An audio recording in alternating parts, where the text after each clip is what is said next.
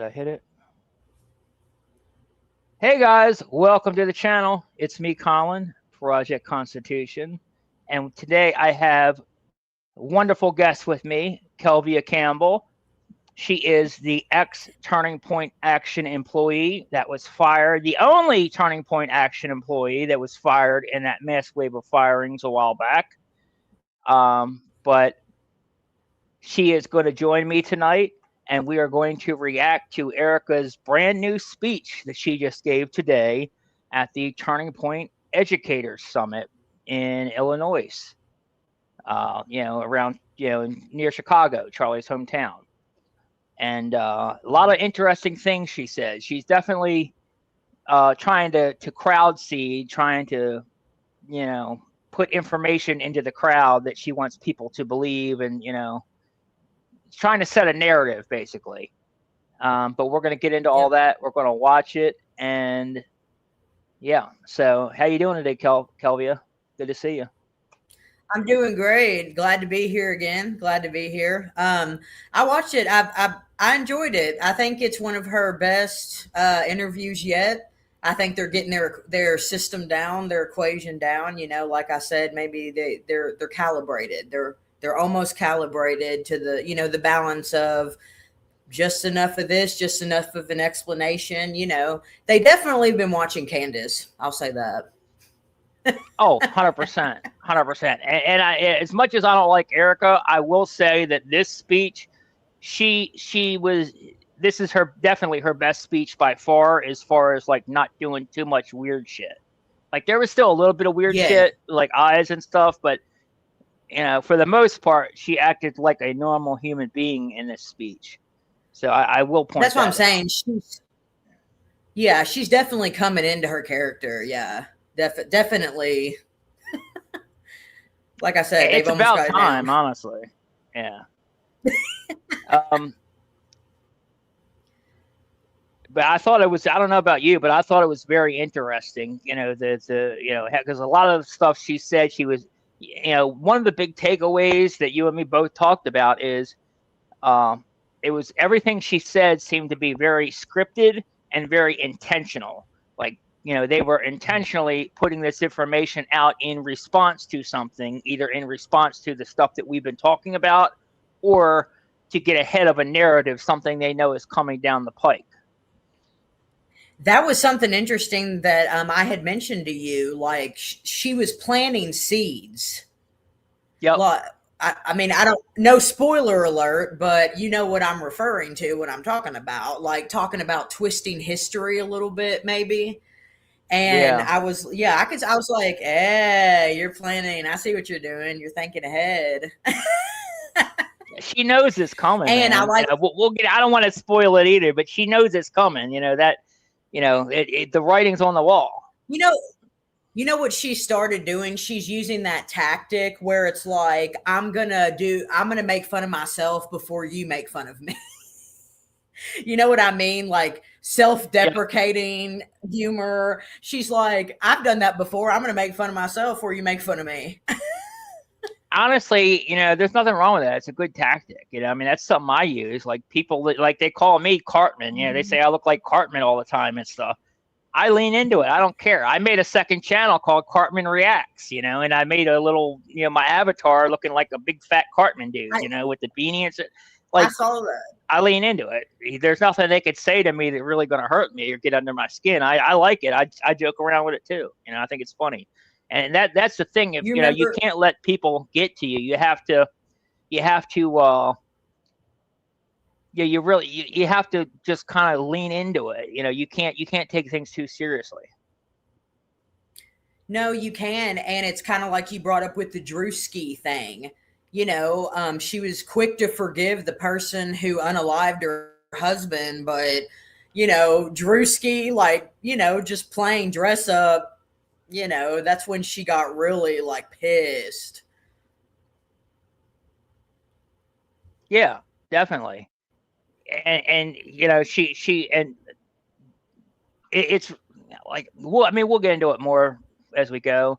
But yeah, I mean that part especially very telling, because she talks. One of the things she talks about in it is, how she came about forgiving Tyler Robinson, how that came about and how that part came about in the speech or whatever, and she talked about that process. And to me, it was just all bullshit. She like, one of the big takeaways for me is like, it's very easy to forgive someone if you know they're innocent. And I think we see it with the seeding of information. I think she knows that, and I think there's a reason she's doing that. And yeah, so. Yeah, no, I think Blakey. I think Blake. I think he's given her some pointers. Oh, she's not writing her own speeches for sure. Guarantee it. No, He's writing her speeches. No, and I don't know why, but I was proud. She did I think one of the biggest culprits and why she's come off as so suspicious is because, the internet's kind of been wiped of her past quite a bit. But, she also hasn't really said a lot of stuff about herself, but she said a Spark Notes version. She did a Spark Note version of like a timeline of her life. So we already knew it, though. I think we already knew all the details, but. Oh yeah, absolutely. But I mean, and a lot of the stuff, like there were things that she was clearly lying about. There's stuff I could put up, that she was saying that I was like, no, that's not true. We know that's not true. Well, we know she how she emulates people. Yep. How there was one part where she's doing the Blake hands and this is what he does. He'll make a point and then logic, harmless, like logic. So she was like, yeah, I haven't talked about myself for the past 9 months intentionally because, well, I didn't see a need to. Like, that's exactly how he talks. Like, well, yep. We didn't release the video. Well, we didn't release the video simply because we knew the trollers would think it was fake anyway. That's how he reasons things. Yeah, exactly. It's actually, it's fun to watch, but it also aggravates us at the same time because they won't answer that critical information that we need, No, like the whole and yes, it was. She's like, I was at Miss Arizona, and yes, it was Trump's pageant. Like, she's confirming that, but it's useless information. Like, we already know that and more.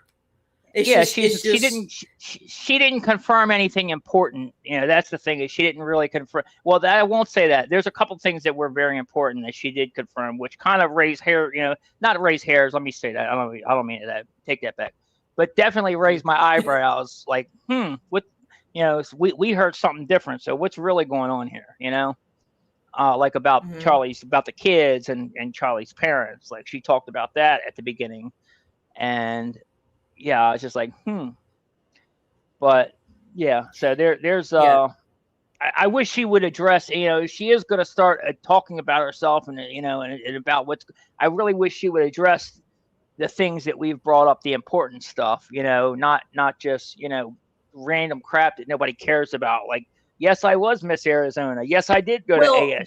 Yes, I did go to Regency, Yeah, that's a kind of a legal tactic. I'm not saying that lawyers are coaching her. I mean, I wouldn't know that for sure, but Frank lawyers Carney coach people like that. Huh?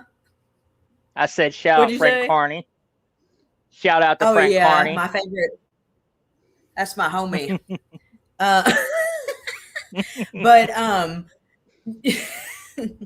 But yeah, no, I noticed that that's a legal tactic. You coach your client to like confirm things. It's like, if someone accused me of like murdering somebody, it's like, yeah, I was at Walmart that day where it happened. Yeah, I was there, but that's all you say. I was there, or yeah, I was wearing a red shirt. It's just, it's kind of, just useless information. It's just skimming the top. It's bullet points. Exactly. For example, she brought up New York, because a lot of questions swirling about her time in New York and ties to Epstein and all that stuff. She didn't bring any of that up at all. She did bring up New York, But all she did in the context of New York would just say basically, yeah, I was in New York, you know? Yeah. Yeah. It's just basic thing. You know, my hair's black, you know, I'm wearing a pink shirt. That's basically the much it amounts to. Oh, Yep. Yep. You got a fan here. I think that's Kevin from Kentucky. Hey, you ready to play Thanks for this? joining us, Kevin. Yep. Let's rock and Thanks, roll. Kevin. All right. Let me pull it up. Oop, that's not the right one. Hold on. There we go. That's the one. All right. I guess I'll just go through your bullet points rather than trying to watch the whole thing because it is long. All right. So 850 is the first one. And this is where Yeah, well, I'll let's start start a like little bit 8. before. Yeah. What'd you say? I said, yeah, I'd start like at 8 or something just so we get a little bit going. Yeah, whatever I like, your timestamp is, I'll start a little bit before that just to give us a little more context. I'm liking the olive Apparently, suit, the natural look. yeah, I'm glad she didn't go with a bright glittering pantsuit this time and fireworks for her entrance. I'm glad she toned it down a little bit. Yeah, this is way more modest and she has the natural makeup. She does have the NFL bling.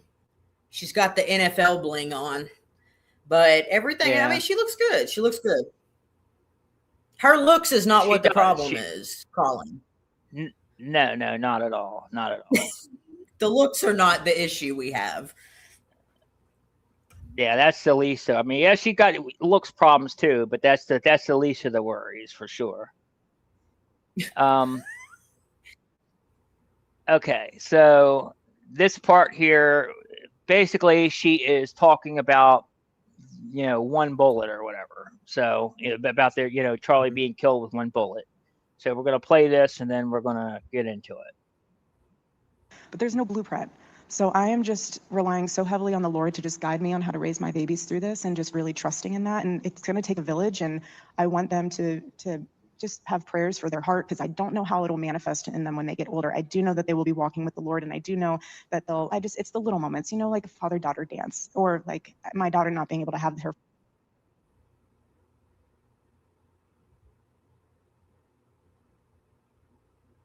Yeah, she's going.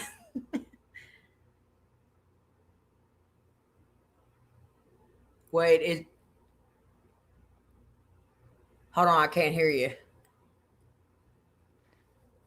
Yeah, I'm gonna slow it down a little bit because it's important to get. She's going a little too fast, and it's important to get her mannerisms and how she talks because I think that's all very important. Yeah, we'll hit the highlights and yeah, we'll make sure you can see everything. Yep. Just have prayers for their heart because I don't know how it'll manifest in them when they get older. I do know that they will be walking with the Lord, and I do know that it's the little moments, like a father-daughter dance or like my daughter not being able to have her father walk her down the aisle. Those little moments that I just pray for. Or like Charlie teaching my son how to throw a football. It's like little things like.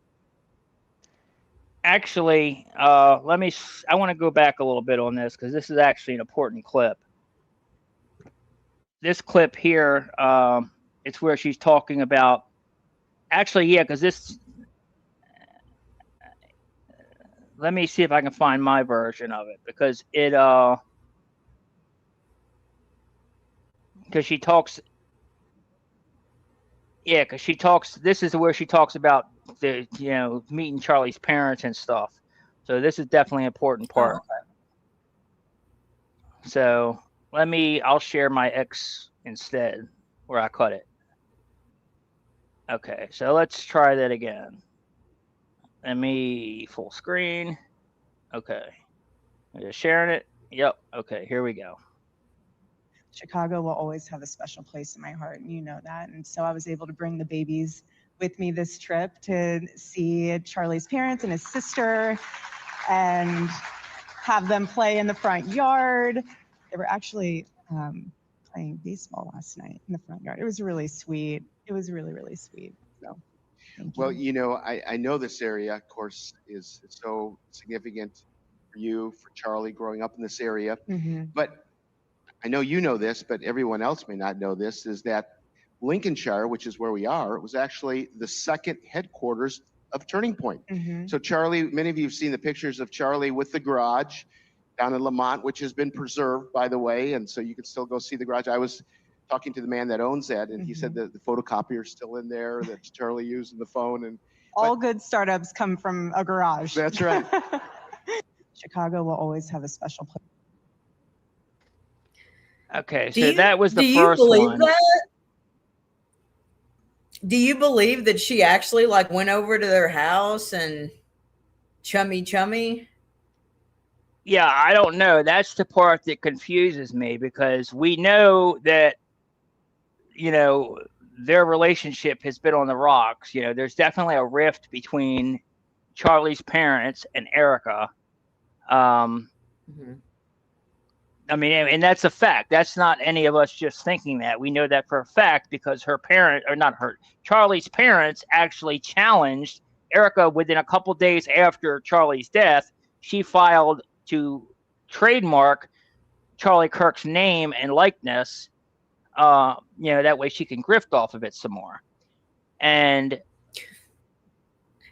Charlie's parents immediately filed a challenge to that. So there's actually a battle going on in the courts, you know, over that. So they're at odds. You know, it's factually they are at odds. You know, there's a rift there. So that's what I was definitely thinking. Yeah, it's concerning. That's what I was thinking, and I was like, and that must. I mean, I would think that'd be a tenuous visit. I agree, and also not only that, but yeah, I've also heard from other people that know the family that Charlie's parents do not like Erika. And I also, you know, heard Charlie's sister has even spoken out previously, and said that Charlie had told her before he died that what Charlie said to her was that Erika is not the woman I married. You know, she's totally different than the woman I married. You know, that they were having problems, marital problems. That was like the first red flag for me that something was not right. So I've never seen any pictures. I've never seen any pictures of her and his family or all of them together. Have you? I've seen pictures of them, but they're very private. They're not. It's not like they're not public figures. They're not all over the internet. You know, they did go to Charlie, you know, when Charlie, you know, got the medal of Honor or whatever that Trump gave him posthumously or whatever. They were there, but they weren't on stage with Erika receiving it and stuff, because they don't want the attention. They don't want the limelight. They're very private people. And that's kind of why we haven't really, nobody on our side has approached them or bothered them, because they're grieving. They're going through their own bullshit. You know, they just lost their son. They have to deal with this nasty witch of a woman that he married. And I feel bad for them. So none of us have bothered them personally because of that. You know, if you're talking about somebody who's really grieving, they're really grieving. I can't imagine. Yeah. And another thing, I can't imagine a lot of us. Go ahead. I can't imagine watching all this unfold. Yeah, I you know, I know. I would love to. Honestly, I mean, like I said, I don't want to. You know, none of us will bother them. It's definitely not the right time or right thing to do. But I would love to actually sit down with them and know their true thoughts and whether Charlie had confessed or confided anything in them about Erika. You know, right? Because the parents are normally like one of the closest people to you. Like, I'm sure Charlie probably told. I know he wasn't close to his dad, but he was real close to his mom. Mm-hmm. So I'm sure he probably told his mom everything. Like, she probably knew everything. Or his sister. It sounds like him and his sister were close. Yeah, although his sister is you know, big time left, big time liberal. She's a Bernie bro. Oh, wow. Which I think is hilarious. Yeah. That's probably where Charlie gets that whole, like, I'm going to love you regardless of like where you stand. Like, we may disagree, but you know what I mean? Like, maybe more Yeah, accepting. yeah, I think so too, and that's a good thing. I try to be the same way as well. I don't. I can have, like, there's some people that if you're on the right, you cannot have a friend on the left. Like, you completely disassociate with everybody that you have. I'm not like that. I can still be friends with people and vehemently disagree on things with them politically. That's like Yeah. people that can't do that, really, that shows me that they do not have, they don't have the reasoning skills that it takes to see the nuance in life. They don't have critical thinking skills. They're basically just followers, just, blindly following whatever they're told. Right. And I tell people, like, the people, I actually said something about, I made a post about this yesterday. The people that hate Candace and Tucker and stuff, I'm like, you're doing literally the exact opposite of what Charlie would have done or wanted. I mean, if you're just, you're hating them just because you don't agree with what they're doing or what they're saying, and someone's like, no, Tucker and Candace have just changed. I'm like, no, they've always asked questions. They've always evolved. They've always built on to their knowledge and research. And, you can change your opinion. You're free to change your opinion. And, Charlie obviously, was apt to that too. Yeah, absolutely. Charlie was changing his opinions, like on Israel and stuff. I was changing my opinions as well. Like, when Charlie died, my opinions on Israel changed quite a bit. My opinions on Trump changed quite a bit. Yeah. It's called evolving. You don't just keep backing. I don't know. I really don't get why they do it, but like, Barron pointed out, he'd made a tweet that I saw. I don't know if it was yesterday or whatever, but I saw it today. But he had found an old tweet, that Lisa knows nothing woman or whatever, that's like basically constantly simping for Erika. But she made a tweet like right after Charlie died. I think it was September 11th, the day after, where she's like, we can't trust the narrative. We've got to ask questions. We've got to ask questions and find out what really happened to him or whatever. Like, she didn't buy the story either right after he died. So what happened? All of a sudden, now she's just completely blindly simping for them. I mean, it's wild to me. Yeah, it's interesting. I try to find the demographic that's sticking up for Erika, and it's a lot of like middle-aged women or like young girls. Boomers, yeah. Yeah, definitely boomers. There's a lot of Bible Belt middle-aged women that are like winos and stuff. Very, very depressed or whatever in their life. Yeah, and like the girls, like the young girls that go to like YWLS that wear like long denim skirts with a bun, they're definitely on board. Yep, exactly. And then of course, they got Turning Point in particular. Maybe not Erika so much, but Turning Point in particular, they definitely, they cater to boomers. They pander to the boomers. The Fox News crowd. But you should hear how they talk about boomers behind closed doors. If boomers knew the way they talked about them, no, exactly. They see them as just dumb sheep, and that honestly, that's why they target them. That's why they pander to them, because they are the easiest ones to control and to get them to believe their psyops.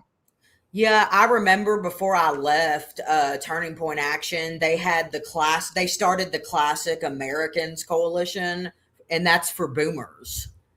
So boomers would get involved. But you said that they see dumb sheep when they see boomers. I think they see dollar signs. Well, yeah. I mean, I agree, 100%. but you have to have the dumb sheep in order for them to, you have to fool them in order to get them to part with their money, Yeah. Yeah. So that, I mean, But it's yeah, all it's a part. lot of middle. But you know what I'm saying? It's the same people during the woke and trans movement, um, women and middle-aged women, boomers, younger women. It's the same people that it's an empathetic thing. Like a lot of women were for the transgender movement and for the gay stuff. You need to confirm their gender so they won't commit suicide. Stuff that tugs at women's hearts. And I notice Erika does that a lot in this video. She's like, like when you're a mom and your daughter's next to you and just, basic stuff. It's just like she's really trying to get to that mother crowd, which is smart, which is smart on her end. I mean, that's PR. That's PR coaching. I mean, you need to know your audience. Yeah, I mean, it's definitely, smart, but it's not working now because we read right through it. All of us at home, like we can see right through it. We see that it's emotional blackmail that she's using. Like same thing with on Instagram, how she constantly is posting pictures of her kids and stuff on Instagram. That's all emotional blackmail. Well, it's interesting, and then we can go on, but I just had an interesting thought. All the tactics they've used, the reason why it's not working is because Charlie kind of coached us on that type of stuff. Like, the left uses ad hominem attacks, or the left tries to get women to empathize with whatever narrative they're trying to push. And exactly, that's exactly right. They're using, and that honestly, I think that's one of the reasons why it's so disgusting to people is they're using the same tactics that the left used that we all hated. They've basically are copying them and doing the same thing now. Yeah, and the reason why we see through it is because of Charlie. Because he taught us how to profile and like how to read the left and what tactics they're using. So it's just the irony, and that is funny to me that we were coached by Charlie, and that's why none of this is working. Exactly. Patty Cakes here said JD's book did not do her any favors. Yeah, I agree. I don't know if you know about that, but JD wrote a book, and in his book, he says he credited him and Usha supposedly credited Erika Kirk for the reason that they had their last kid. I think their fourth child or whatever number kid they're on. But the reason why they just had their last kid supposedly was because of Erika Kirk. Oh, supposedly on the tarmac or whatever, like after Charlie was shot and they met him, Erika said something to her to where she was like,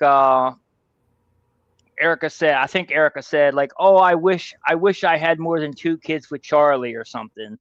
And supposedly that inspired them to have their 4th kid. You know what's hilarious about that? I actually made a joke and I said, what's sad about these people is I feel like JD Vance just knocked his wife up to debunk the rumors about him and Erika. And it's like, these people have the money to do that. Oh no, people are accusing me of having an affair with Erika Kirk. Let's get pregnant, because if we get pregnant, then, it'll show that we're stronger than ever. And I know that sounds like it's kind of reading into things, but that was my first thought when his wife got pregnant, because it was shortly after the rumors. No, I completely agree with you. I think a lot of people feel that way. And I think there's some truth to it. Absolutely. Yeah. Like, but yeah, that's funny that you mentioned that. Yep. So Rosie says here, how do you know Erika Kirk and Charlie Kirk's parents are battling in court? Well, because if you go to the website for the U.S. Patents and Trademark Office or whatever, you can clearly see that she filed the patent, and you can see that there's a challenge in it from Charlie Kirk's parents. So that's how you can tell. Now, what exactly is the patent for? Is it for freedom? Trademark. Is it for Charlie? It's for everything. It's for Charlie Kirk, for the name Charlie Kirk. She thinks she's trying to trademark the name Charlie Kirk, so nobody, someone writes Charlie Kirk on anything, that they will have the rights to it. They can get paid for it, and they can, strike people like me down who write or report on Charlie Kirk. They want to use it as a way to silence people. I mean, that's the same reason they sent me a cease and desist for having Charlie on my logo, which I told him to go pound sand. He's a public figure. You can't, honestly, the parents challenged it anyway, so it's going to fail because of that. But even if they didn't challenge it, I think it would fail on its face regardless, because you can't trademark a public figure's name. It's just, you can't do that. Yeah. And that's their name too. That Kirk is them. Yeah, exactly. It's just ridiculous. But yeah, we'll see what else she has to say. Yeah. Place in my heart, and you know that. And so I was able to bring the babies with me this trip to see Charlie's parents and his sister, and have them play in the front yard. They were actually they're like, yay, finally. Yep. Actually, that's Yep, they're like, finally. And she said she actually got to bring the kids. She said she actually got to bring the kids with her. She doesn't bring them every time she goes to Illinois so they can see their grandparents. Yeah, I know. That's what it honestly, and me. Well, I know she doesn't take them when she does all these road trips and stuff. She has two assistants. One of them usually travels with her. By the way, both of her assistants are her BFF Tracy Martin's daughters, which, like I said, and this is my opinion, but I believe that she groomed them, and that's why, that's why they're now with her all the time. But the one is goes with her and travels. Isn't that the one assistant that her mother insisted she didn't go to 9/10? Didn't go to September 10th? Yeah. When Charlie was shot at EVU? They just had a feeling they shouldn't go? Okay, I figured that's who you're talking about. Yeah. And then the other one is her same woman. It's her daughter as well. Both of them are her daughters. But the one travels with Erika and watches the kids anytime, local. If Erika will take the kid, if she's in Phoenix, she will take the kids with her to the office there at Turning Point or whatever. But but when she travels out of state, she doesn't take the kids with her. But the other assistant, which is the other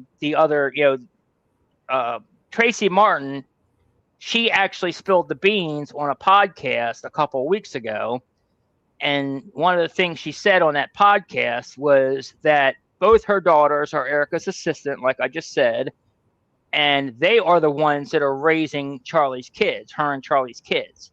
So the other assistant is her nanny, is working as her nanny now, and is basically the one that takes care of Erika's kids whenever she's out traveling and running the country and everything. Okay, well. Yep, she's got a staff. She's got a unit there. Yeah. Honestly, I think it's sad. Honestly, that's all I want, and that's all anybody else wants for her to do is to they just lost one parent. Why does she keep, if she's and that's another thing she brings up later in the thing, is about having death threats and rape threats and all this stuff. If she's really worried and concerned about all these threats, then why would she keep putting herself on the line and keep putting herself in danger? Especially when she's got young kids at home that just lost one parent already. God forbid if something did happen to her, what would they do to that kids? And they'd have to grow up with no parents now. I mean, she's thinking, she's very selfish. She's not thinking about herself. I mean, she's thinking more about herself and not about her kids. Most of us, if she would just step down from Turning Point and go home and raise her babies, we would not have a reason to talk about her. We would not have a reason to nitpick and pick apart her every move, because she wouldn't be a public figure. She wouldn't be the CEO of a multi-$100 million organization that is subsidized by taxpayer money. Right. And my first thought when she was like, oh, like life threats, we're not foreign to that. That's child's play. I'm like, okay, then why did you skip out on the JD Vance event? Because that was their excuse for why she skipped out on her and JD Vance's event, is she was getting threats. Yeah, exactly. Honestly, that was debunked anyway. But yeah, that was her excuse, and it obviously it makes no sense at all. Yeah, but I'm just saying it's whatever excuse fits the narrative at the time. Correct. Exactly. Yeah. All right. So let's continue. My daughter not being able to have her father walk her down the aisle. Those little moments that I just pray for. Or like Charlie teaching my son how to throw a football. It's like little things like that. But just their hearts would be, and a hedge of protection around us and around the organization, because the enemy would love nothing more than to have destroyed what Charlie built with that one bullet. And it's not going to happen. It's just not. I refuse to let it happen. That's what I'm talking about. She makes sure she's like that one bullet, and it's interesting because we know what theory was mentioned this week, which is the explosive microphone theory. And it's almost like reassurance, the one bullet that killed my husband. Absolutely. And if you've seen I missed that the first time, but I'm glad you picked up on that. Yeah, because I feel like that's kind of embedded in the whole interview, is like kind of clarifying things, like, making sure that everything's consistent. Like, this is our story, we're sticking with it, which is fine. It's smart. That's smart. She's seeding, which, like you said, what she's doing, she's seeding the crowd with information, things that she wants you to know or take away. That's absolutely. Yeah, and the other thing I would like to say is she's saying that the enemy. Well, who number one, who is the enemy? But secondly, she's saying the enemy wants nothing more to destroy the organization that Charlie has built up. Well, she seems to be doing a pretty good job at doing that herself. Yeah. To be straight up honest, they Turning Point themselves are the ones that have pretty much done a complete 180 flip and are doing the complete opposite of everything Charlie ever stood for. They're the ones that Charlie said no to the donor pressure, the Israeli donor pressure, and turned down their money. And Erika, as soon as he died, then turned around and takes the money from the same donors that Charlie turned down. That she's doing everything against what Charlie would have done. Even with the Iran war, she'd come out and say, Charlie would have supported Trump, like everything she's doing is opposite of what Charlie would have wanted. And then they get mad when we point that out, and they actually deleted. They got so mad at us using Charlie's old clips to debunk them and prove that they're doing the complete opposite of what Charlie would have wanted, that they went and privated all the old videos of Charlie on their YouTube channel. I know, and it's interesting because, once again, not to spoil anything, but she talks about, how one day they may distort Charlie's assassination. They're not going to relay history correctly. And I'm like, well, you're erasing what he put out into the world digitally. You're erasing history. Yeah, exactly. That statement, we'll get into it when we get into it. But that statement was telling for two different reasons. One, because she's clearly trying to get ahead of what's coming down the pike, because she knows that the Fed slot story is not going to hold up. But the other part of her saying that, she's really they are the ones doing that. Same thing that they're accusing us of is what they're actually doing. It's confession through projection. Mm-hmm. Exactly. Okay, so the next one is about how you forgive Tyler Robinson. So we will go to that one Yeah. here. That starts around 10-minute mark. So we'll start here. Or like Charlie teaching my son how to throw a football. Hedge of protection have destroyed what Charlie built with that one bullet. Together, we're going to do that. But Erika, you called yourself a widow. I mean, that probably seems strange to even call yourself a widow. I mean, you're a young woman, and the last thing you're thinking that I'm a widow. But I do want to ask you a hard question. Not that these other ones were easy, but many of us were touched significantly, profoundly, the way that you were able to forgive the killer of Charlie. Can you kind of walk us through that, and how did God give you the grace, ability to even say the words, let alone mean it? For those of you who have been in a position of having to forgive someone who has done something unbelievably painful to you and your family, you realize that if you don't let go of that, it'll destroy you. That is not to say you forget. That is not to say that you accept and that you allow and that you condone it. It's putting you in a position that the devil does not have a foothold in your life. Because when I get to heaven, God willing, and I stand before God, and he says, I forgive you except for this one thing. And it's like, And I that don't was want anything to Drewski. That one separate thing me was from being. Drewski.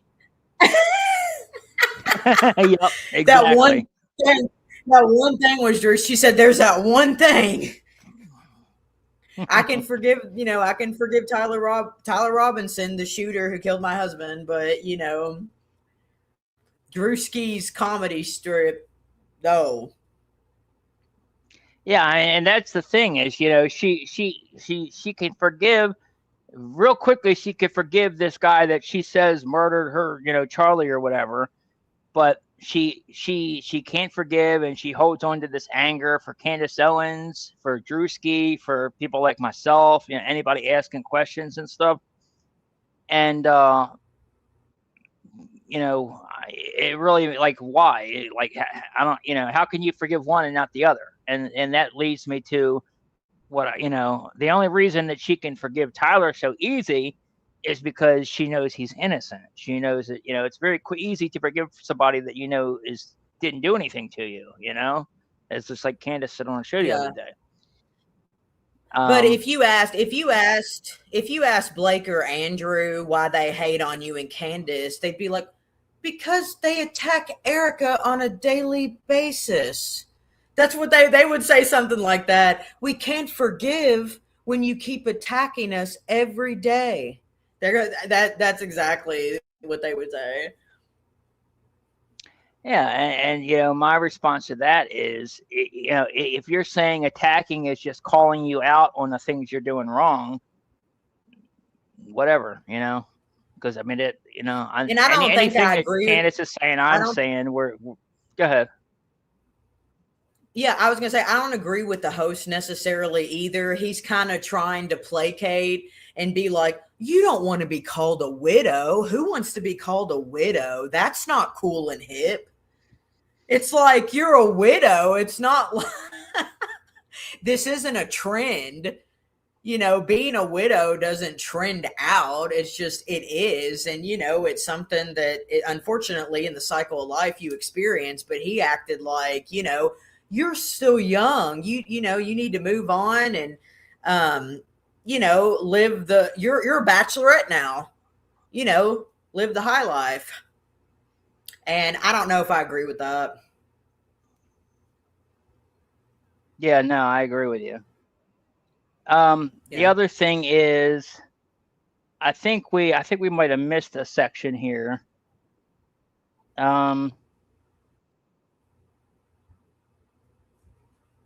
Give me a second here. I'm trying to find something to see when this was. What was it about?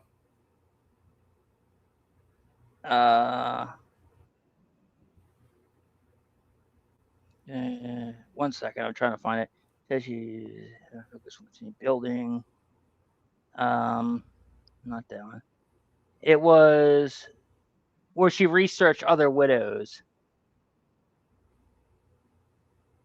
Oh, that was in the very beginning. I think that was, yeah, that was in the beginning. Yeah, I found it. I found my clip of it, so we'll watch my clip of it. All right. Okay, let me put that one back on here. Are we sharing it? Yeah, let me just make it full screen. Okay, so this clip is basically, you know, many of us have said that we think Erika is basically like a chameleon, like a a psychopath, really, but a chameleon. Like she placates or invents herself to be whatever her audience is. She tries to Yeah. act the part for whatever she wants people to think. And this kind of backed it all up. This is very telling here, what she said right here, because she's talking about, in this clip, she's talking about how she went and researched other widows basically to see how to act. Because obviously we all know Erika can't act right. She doesn't know how to act like a normal human being, like a normal grieving widow. Because that's the biggest, honestly, that's the biggest criticism that even people that don't think she had anything to do with her death, with Charlie's death. One of the biggest criticisms is she's not grieving. She's clearly not a grieving widow. She Yeah, doesn't. and She doesn't. I know what tactics she's using here. That's why she kind of looks up. She's like, I'm just looking to other widows to just get some advice, like looking to them, just to see, what did you do in these awful times? But no, I think you're right. She has to look at other people and emulate them for emotions. Like, think about what she just said. She said, I had to ask other widows, like, how do you do this? Like, did you cry? Did you actually have tears come down? Did you just dab a little bit? Exactly, Like, because she's a psychopath, just like Elizabeth Lane said, and she is incapable of she cannot feel genuine emotion. So she's not capable. Like she's good at like acting the part in some ways, but when it comes to general emotion and like normal reactions, what people would expect, she doesn't know how to do that because she's incapable. Because psychopaths are incapable of doing that. They're incapable of having genuine emotion. So she's clearly acting, and she has to emulate people to try to pretend like she is whatever that she wants to be. And and it's yeah, very, I like I feel said, like it's very telling here. It's a little late in the game for that. You know what I mean? Like, she probably should have, like, done, like, you know what I mean? Looked up other widows before. You know what I Yeah. mean? Like, looked Every them up day's different. earlier on, and Those then of you who've gone through grief, like I said, it fluctuates. and It's then a wave. the Jackie There are Kennedy moments where you're thing. just sitting. Oh yeah, yeah, You yeah. remember Well, that? let's watch this. Let's watch this, and then you can Okay. say about that. All right. Every day's different. Those of you who've gone through grief, like I said, it fluctuates. It's a wave. There are moments where you're just sitting there and you're like, brace for impact. Like, the wave is coming, and you just gotta sit there and let it smack you in the face and then wash off. But it's one of those things where every day is different. I want my children, of course their childhood is going to look very different from a lot of other children's childhood, but I want them to know that they are so loved, that they have a army of people believing in them and supporting them, praying for them. But honestly, just a prayer of, again, protection, prayer for their hearts too, for my babies, because I don't know how there is no blueprint here. That's the weirdest part of all of this.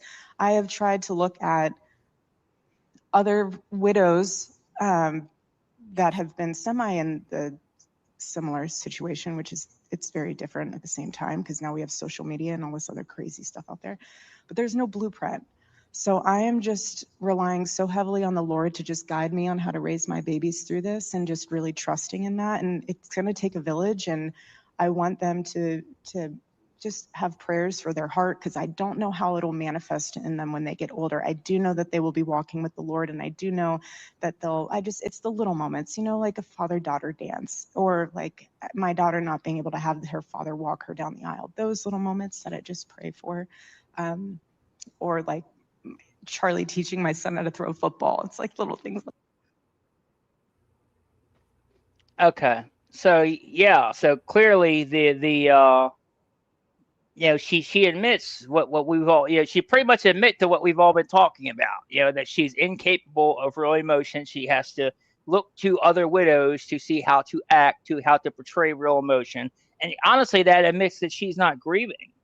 To be straight up honest with you, that to me, that shows that she's not grieving. If she, because she wouldn't have to be looking to other widows to see how to act and how to grieve, if she really loved Charlie and was really grieving him, because it would just be natural to her. She would naturally be grieving, Yeah, no. And, Candace brought up a good point. Like, when does the widow thing expire? And I think she even was looking into legal definitions. Like, when does mourning stop? Like, when do you stop being a widow? Is it when you move on? Is it when, you really think that you've gone through all stages of grieving? Is it when you stop wearing black? Is it when you start dating somebody else? When does that happen? Yeah, I mean, I think it's different with every person. Although I will say that there's usually some sort of a period of time where you're just grief stricken and you can't do anything. You can't even function properly. I've known people that have lost their children, lost their husbands and stuff, and they can't even get out of bed most days. They can't do anything. And Erika is the complete opposite of that. She's smiling, laughing, on camera, on Zoom calls, to emojis and stuff, talking about merch sales.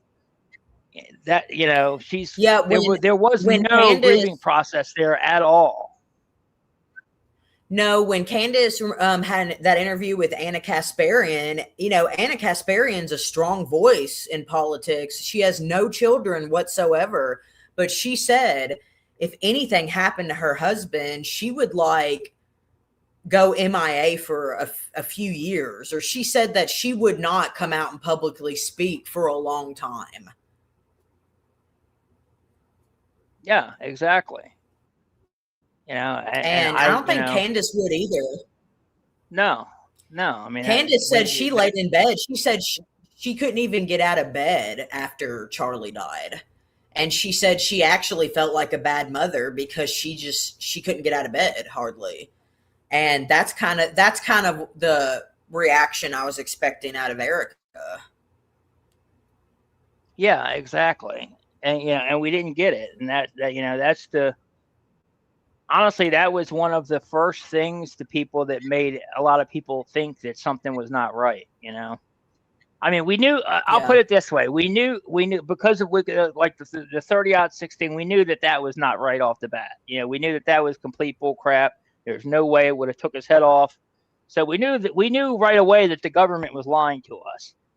But when we came out and we saw that Erika was not even grieving whatsoever, and that Turning Point was pretty much backing the Fed slop narrative that we all knew was complete bullcrap and was impossible, then that's what made us think, wait a minute, there's something bigger going on here. We think these people are involved. Well, and here's the contradiction with that. They don't want us to push our theories or narratives, but they do push the Fed one. Because, have you noticed that they'll constantly remind everybody it was a leftist woke person who shot Charlie. it was one bullet, it was this, it was that. But when it comes to us and our theories, they're like, well, we don't know anything yet for certain. The trial has just begun, and until we actually see the evidence and stuff. But they're doing the same thing that they're accusing us of doing. Yeah, exactly. And that, that's the thing that makes me the angriest is, they are the ones that are going out there and contaminating the jury pool. They're intentionally trying to contaminate the jury pool. And yet they want to try to sit there and blame us and say that we're the ones doing it. No, he has a presumption of innocence, and we're pointing out, we're counteracting all the crap that you're putting out there and the media's putting out there, trying to say, that this Fed slop narrative, and it's complete bullcrap. And they're not doing it. Like, if they would do a proper investigation, then none of us would even have to be doing any of this. But the fact that they're not doing a proper investigation, they haven't done a proper investigation from the beginning. I mean, they haven't even confiscated, Charlie's cell phone for an example. They didn't confiscate the camera. They let the car that they took him in the car.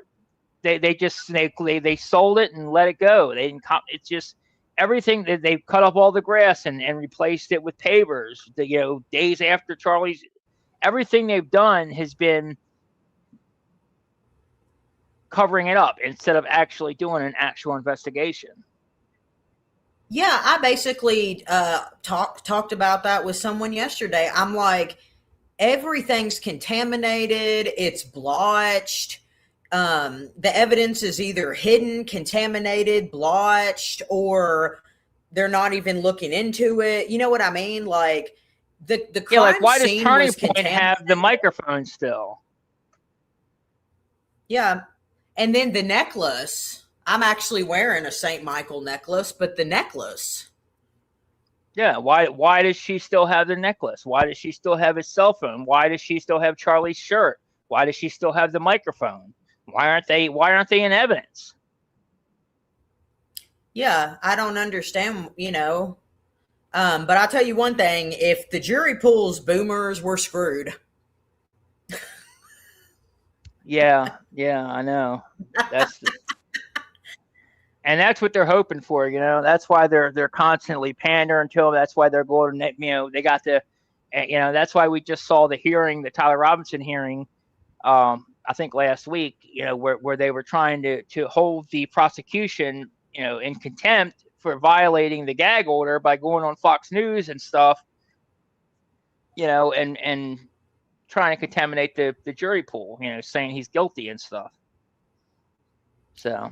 Oh, by the way, against my better judgments in the room, how you doing? Good to see you. Thanks for joining us. Hey. The one last thing I'll say is, when they use the excuse, we don't know, this is for the judicial system and the authorities to figure out, we don't know, the case isn't that far along yet. Well, that goes for both ends. That goes for the Fed narrative and our narrative or theories. You know what I mean? Yeah, definitely. That goes for both sides. Okay. All right. So the second one we're going to get into here is this, where she talks about, it's a spiritual battle of good versus evil, and they're trying to divide the country, and she's giving you, her perspective on it. But we think it's important to give you our perspective as well. So we'll watch this clip and then we'll talk about it.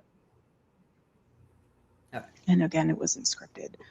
And I just knew that saying that was my moment of being able to literally make a statement against Satan, saying, you can take my husband and you can try to divide this country, but I refuse to let you take any piece of me, because I need to be here for my babies. And I need to also be here for what my husband. Let me just stop real quick, because once again, she's back to doing the fake tab, the fake tear dabbing, the dry eyes. There's not there's not a tear in the eye there, and she's dabbing it like she's crying, like she's really trying hard to get a single tear to squeeze out. Yeah. Yeah, I just had to point that out because she's very performative, and that's one of the things that she's been doing And she's throughout this pandering. interview. She's pandering to the mothers. You know, my babies. big I got to time. be here for my babies. So Big time. Absolutely. And that's one of the things that I rail on her against constantly. Like I said, I'm tired. I'm sick of them using the emotional blackmail side up on everybody. yeah, they have to. Left That's all for they. us and then That's just like the left. Just like the left, they're using emotional manipulation.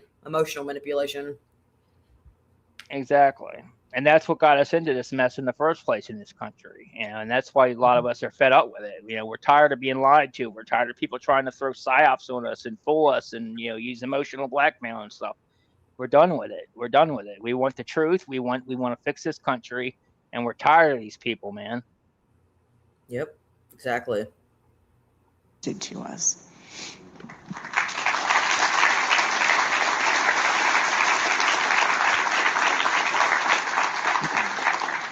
Thank you for sharing that, and so powerful. At the impact of that, I think, is continuing on. I know it is, Erika, continuing on in so many people's lives right now.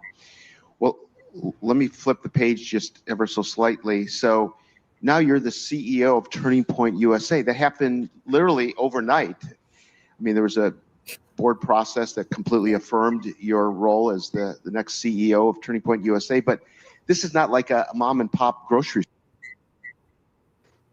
And of course, It was that was overnight, very all right. intentional too. Yeah, but that was, I don't know if you noticed that. That's very intentional too, where he said, you know, you're the Turning Point CEO. There was a board process that confirmed you to be the official CEO or whatever, the new CEO. Yeah, right. You know, to me, like, that's very intentional. That is another way for them to say, like, so what? Who cares about a stinking video? Who cares if we put this AI video out pretending that Charlie, you know, gave the company over to Erika? Who cares? It doesn't matter. The board are the ones that you know, that appointed Erika. So who cares? None of this matters. Who cares? It was a very sophisticated, involved process, Colin. Yeah. So I just wanted to point that out because that was very, like I said, and like they're intentionally seeding, like you said, they're intentionally seeding information in there, and that's one of the things that they intentionally put in there as a specific, you know, clap back to us calling them out for the, you know, the fake AI video. Yep. Store. I mean, Turning Point USA is a growing, dynamic, multifaceted organization. Turning Point Education being. He says it's a growing organization. I'm going to disagree with him there too. It's on the decline. It's actually in free fall. That's on that decrease. Yeah, it's on that decrease. It was on the decrease even before Charlie, you know, but you know, when Charlie died, yes, there was a big bump and they got a whole bunch of money and everything, but they're still on the decrease, and even more so now. The only reason, like I said, Turning Point is already over with. They're done. They just don't realize it yet. The only reason that they are still, you know, even able to pretend like they're this big thing that they're not, is because of all the money that they got, the influx of money on, once again, on people's emotions, though. You know, they did that raising money off of people's emotions from Charlie's death. But once that money runs out, they're done with, man. They won't have this big bankroll to go attack all of us, to attack everybody, you know, that disagrees with them. You know, they won't be able to buy all these podcasters to support them, because that's the reason all these podcasters and everything are all supporting them, is because they're paying them. You know, if they weren't paying them, none of these people would be supporting them.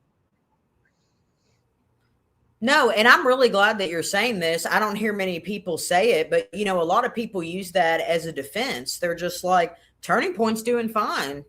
What do you mean? Like, you know, they're still on X and they still have events and stuff. I'm like, Yeah, but they've lost chapters. They're falsely reporting how much involvement and chapters are actually going on.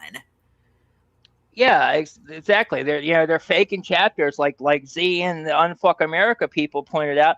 You know, more than half of their chapters are completely fake, completely made up. You know, out of the 71 chapters that she contacted, I think like only 7 of them were real chapters out of 71. I mean, that really tells you Yeah. something.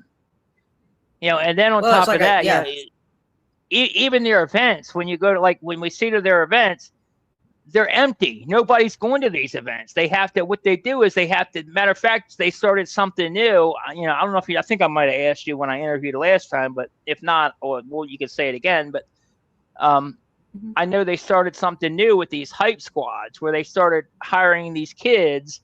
And when I say hiring, I don't know whether they're actually paying them cash to do it or whether they're just paying them and giving them, you know, free merch and free tickets and stuff. But they're getting these kids and giving them a bunch of free stuff or money or whatever it is to go there wearing all this TPA merch and everything, and to basically to be their hype people. And it's called the Hype Squad, the Turning Point Hype Squad. And they're using these kids to go there and basically clap at the times that they want them to clap. You know, they're like, you know, the fake audience.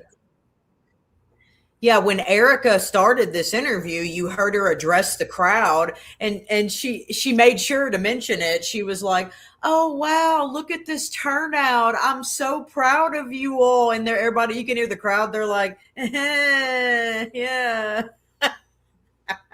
yeah, exactly." Yeah, because and then he mentions here in a little bit, he'll say, this is bigger than last year. You know, this is the biggest we've ever had. He says something like that about this. Yeah, I noticed that too. Mm-hmm. And you know, and it may be, but like I said, that's not going to last because they're on the downcline because people, and you know, they can. There are certain demographics that they do have good support with still, but the main vision of what Turning Point it was built upon and for was the youth. You know, because Charlie had his finger on the pulse of the youth in America, and they've lost that. They do not have that anymore. They do not have the support of the youth anymore at all. So therefore, the organization is dead. You know, that's what it was founded upon. That's what it was for. And honestly, that's why it's relevant, is because of that, because the youth is so important. These boomers are all dying off, and they're not going to matter much anymore. The youth are the youth are the future of the country. They're the future voters. They're the future congressmen. They're the future people that are going to be involved in leadership and corporations and stuff. And Charlie knew that, and Charlie had those people. They all followed him. They respected him. They loved him. He had his finger on the pulse. He knew what they wanted. He pandered to them. He was able to get through to these people, even the people that disagree with him, like Z. You know, she didn't agree with stuff he said, but she respected him. You know, love that. And yeah, and Turning Point does not have that anymore. You know, when Charlie died, they don't realize that Turning Point was Charlie. That's the thing. Turning Point was Charlie. You know, there is no separating him. Exactly. He was without Charlie. Yeah. The organization is dead. You think people give a crap about Erika Kirk or Andrew Colvett or any of them? No, they were there for Charlie. That's all they cared about was Charlie.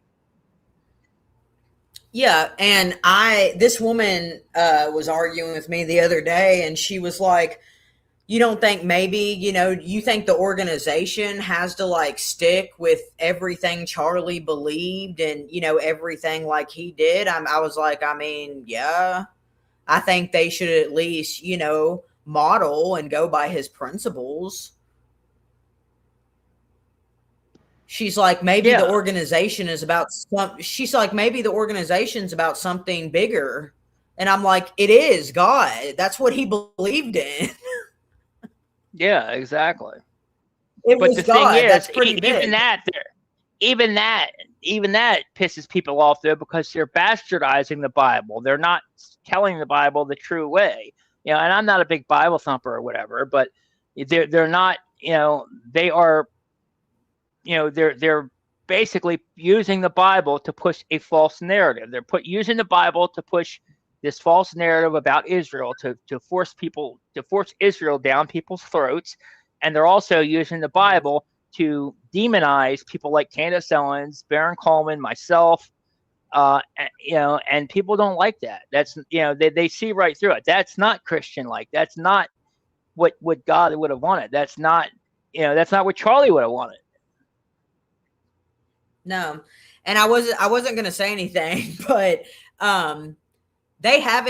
Turning Point hasn't just lost the youth. Israel lost the youth. I feel like absolutely. Gen Z down. Yeah, Gen Z, like the whole thing kind of backfired, honestly. I think you and I knew what the agenda was. And, the Gen Z on down is definitely not going in the direction they hoped. It had the exact opposite effect. Yeah, exactly. And that's the thing, is Charlie knew that. He understood that. And that's why Charlie was changing his views on Israel as well. And he was actually making headway and trying to get Trump on the right path and get him to come around and realize that as well. And I think that's one of the reasons why they killed him. That's one of the big reasons why they killed him. And yeah, I mean, because if they hadn't, there's a good chance we probably may not have even gone to war. We may not have ever bombed Iran. And if we never bombed Iran, then we never would have bombed that schoolhouse with all those children in it. Yeah. Yeah. And once again, it goes back to the point I made earlier. The resilience is because of Charlie. That's the whole irony. Like people, I guess it matters. I don't know. I guess, think about this. His whole life, he was pro-Israel. And then right there at that last little bit of his life is when he changed his mind. And I think that's I think that's part of what divides us, A lot of people are like, well, the majority of his life, he was pro-Israel. But then there at the very end, some people aren't willing to accept that switch, even though he confided in Tucker and Megyn Kelly about it. And he was public about it too. It's not just confided. He said it publicly too, Yeah, but they're trying to use like the majority of his life versus the end. And I see where you could make an argument out of that. But I mean, he felt the way he felt in the end, and he said it publicly. So I feel like people like you and I on our side, we're just being practical. We're like, this is how the man felt when he died. And he told people that. Yeah, and the fact that and that's one of the things that why people hate Turning Point and Erika so much, is because she intentionally was behind this lying. She sat there and she let people lie, and let Blake and Andrew lie, let Alex Clark lie, all these people lie and attack Candace for just telling the truth, for saying that Charlie was leaving the Israel cause. He was done with Israel, man. And when she said that, the amount of hate that she got from those people was insane. And they all tried to say she was lying and she's full of shit. And then she produced the receipts and proved it. And then once she did that, that gave the power that, that kind of, I guess, empowered other people like Tucker and Megyn to come out and also say, hey, Candace is telling the truth. And they couldn't deny it at that point. But even now, they still try, though. Her, like when she goes on the Charlie's book tour, pushing, if you don't support Israel, then you're just a bad person or whatever, and Shabbat Shalom. Hey, but remember that chameleon stuff.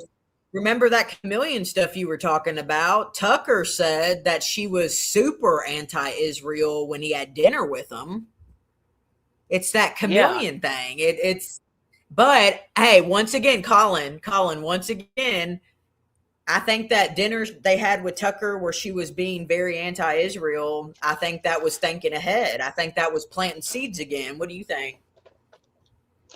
Oh, absolutely. And I think Candace is right on the head with that, where she says that, that proves that, Erika is basically was trying to push Charlie she knew what the consequences of Charlie turning on Israel would be, and she was intentionally trying to push him down that path because, if they did really have those discussions where, she knew that she would be put in charge if something happened to Charlie, or even if they didn't have the discussion, she knew the board was on her side and the board would put her on her side, would put her in place if something happened to Charlie.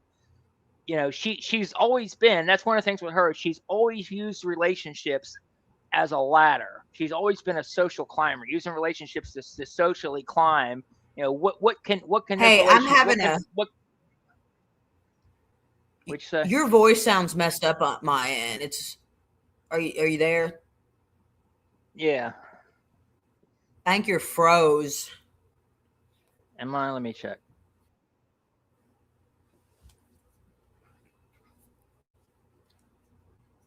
Try that again. Is that any better? Yeah. Oh, definitely. Yeah. I was just afraid the audience couldn't hear you. What was the last thing that you said? Yeah. So, Erika has always been a social climber. She's always used relationships to get ahead. She's never dated a normal person. She's always dated, a basketball player, a baseball player, High profile. a political commentator, high profile people. How can she use them to further herself, further her career and her social standing? Because she's always seeked fame and attention her entire life. She's a fame whore, massive fame whore. And I think it was no different with Charlie too. She was using Charlie as well, and I think that she knew, and that's kind of what Candace was alluding to, is that she knew that pushing Charlie down the turning on Israel road was going to lead to them killing him.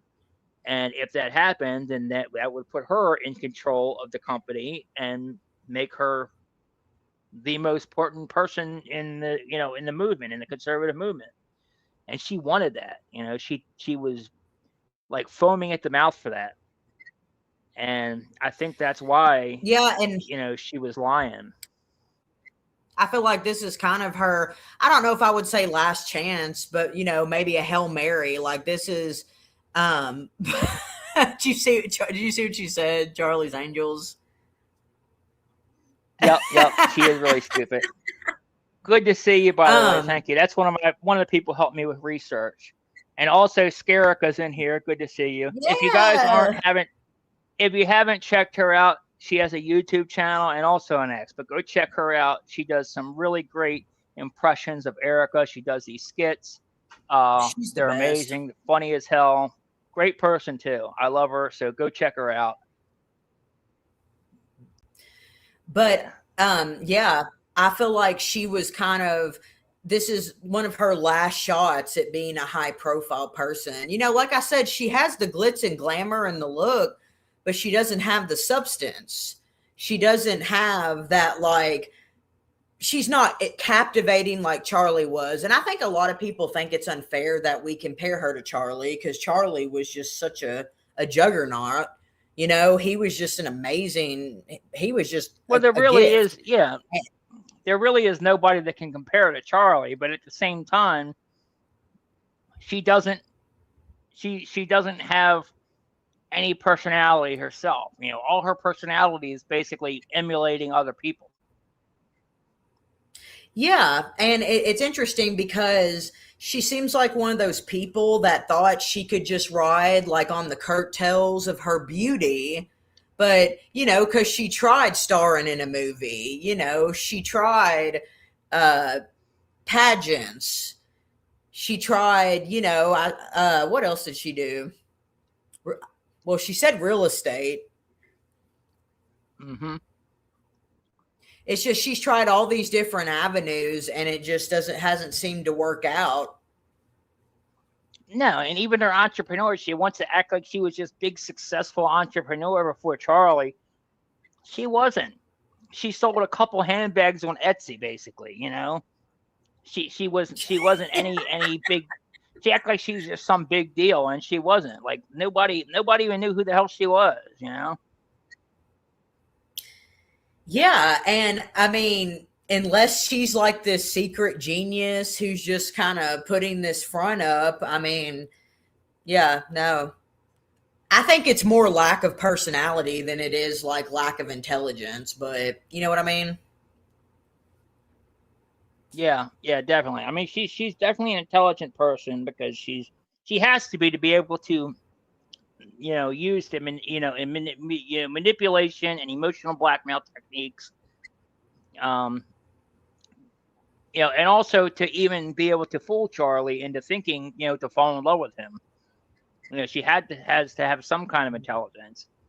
But yeah, you're absolutely right. She just doesn't have that. Did you have you ever heard her talk about their first date? Yeah, yeah. It's and that I don't know why, but I just feel like she's like, yeah, you know, so on our first date, I think her and Charlie both said this, but like they talked about theology and Socrates, and I'm like, I know Charlie was interested in that stuff, but I don't know. It sounded scripted. You know what I mean? Like she studied him before they got together. she did absolutely. You know, I forget what year it was, but there was this one point where she had like she says that she was basically at home studying for that entire year, you know, about the Bible and everything else, and didn't go anywhere. And I think that's what it was. I think she was studying. She was given an assignment. You know, you have to get. You know, your next assignment is going to be this guy, and you're going to have to handle him. You know, and you need to trick him into falling in love with you. And I think that's what she did. I think she took a year to really study him, get to know what she thinks, you know, kind of girl. Because she even says in one interview, she even says, you know, if you want a guy like Charlie, you gotta, you know, be a, you know, you gotta put yourself, you gotta make yourself, you know, something, you know, somebody that Charlie would want or whatever. You gotta be a girl that Charlie would want. Yeah. So she's not that, and she obviously isn't that because we called her lying so much, you know, about drinking and dating in her past and all that. You know, she's definitely not this good Christian trad wife that you know she tries to, you know, act like she is. She's a hypocrite. But she's like, if you want a man like Charlie, you have to attract a man like Charlie and be, you know, pretend to be. And she's just pretending. She's just Yeah. it's just all an act for her. That's the thing with her. So everything is just an act with her. There's nothing real behind her. There's no real emotions behind her. No, There's no real like, personality behind her. No, nothing. have you noticed that's a common thing? I mean, I think that's why the Charlie Kirk shows and the Charlie Kirk show is in the shape that it's in, is because no one really has. Have you noticed that no one has a personality on the Charlie Kirk show? It's monotone, and I feel like who can relate to Andrew Colvett? Who can relate to Blake Neff? I wouldn't want to relate to them at all. But I'm just saying, it's just very wah wah wah wah wah. You Milk know, toast, yeah, very milk toast. yeah. It's just yeah. It's just like no one relates to you all. I think you know people like Candace. The reason why she has such a big following is because she's relatable. I just feel like even when I was working there, this is counterintuitive, but they're very out of touch with humanity. They deal with people all the time and they do grassroots, but they're very out of touch with humanity and people. Yeah, yeah, and that's important, and that's why one of the reasons why people love Charlie so much is because he had his finger on the pulse. You know, that's why he went to these colleges and was constantly out there talking to these kids and meeting them right there, you know, what their ideals are and going face to face with them because he wanted to understand how these people think, you know, how the kids are thinking, what they're going through. He wanted to see all that and to feel all that to understand that because you have to understand it to be able to, you know, to you know, come up with things that, you know, to make their life better or whatever, you know. Yeah. And Erika, But Erika Charlie represents the wasn't Epstein dating. elite class. No, but Erika represents that elite class, that Epstein class, and she's never going to be, she wears, $3,500. The girl, the woman, I'm gonna say girl, but it's not girl, a woman. The woman I spoke with, when for the that saw Erika and Blake Wynn, in the Beverly Hills Hotel or whatever on their date.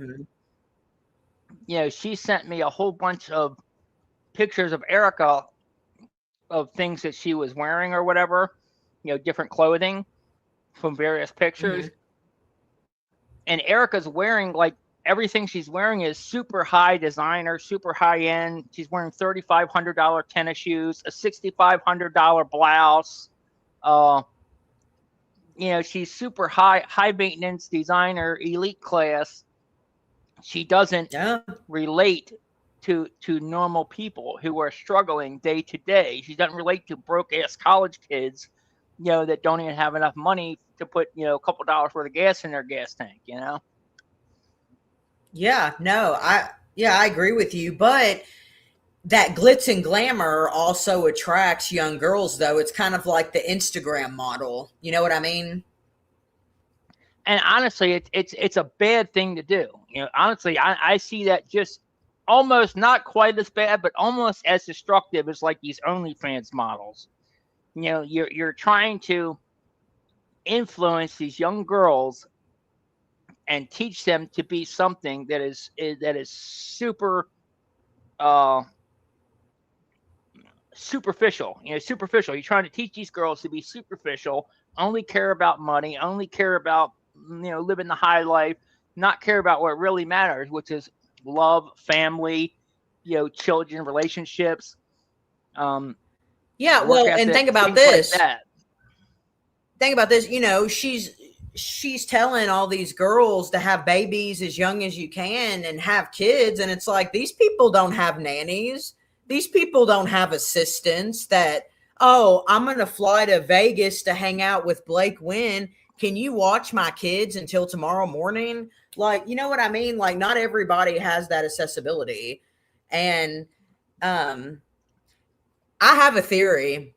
I think if Erika was a plain Jane, if she just looked like your average Jane Doe, I don't even think we would even be seeing her anymore. No, you're right. No, if she was an average plain Jane, she would have been over to begin with. Like, it would have been over before it even started. Yeah, exactly. 100%. Yeah. But the most interesting thing about her is her outfits. Yeah, definitely. I had something, I was gonna say something, but I lost my train of thought. So we'll just continue. Yeah. One of maybe 6 or 7 major divisions. We already saw that comment, so let's go to the next one here. 15. Where we talk about Charlie's plan. Oh no, wait, we already talked about Charlie's plan, didn't we? Well, yeah, Of Turning Point USA, and so now you're the CEO.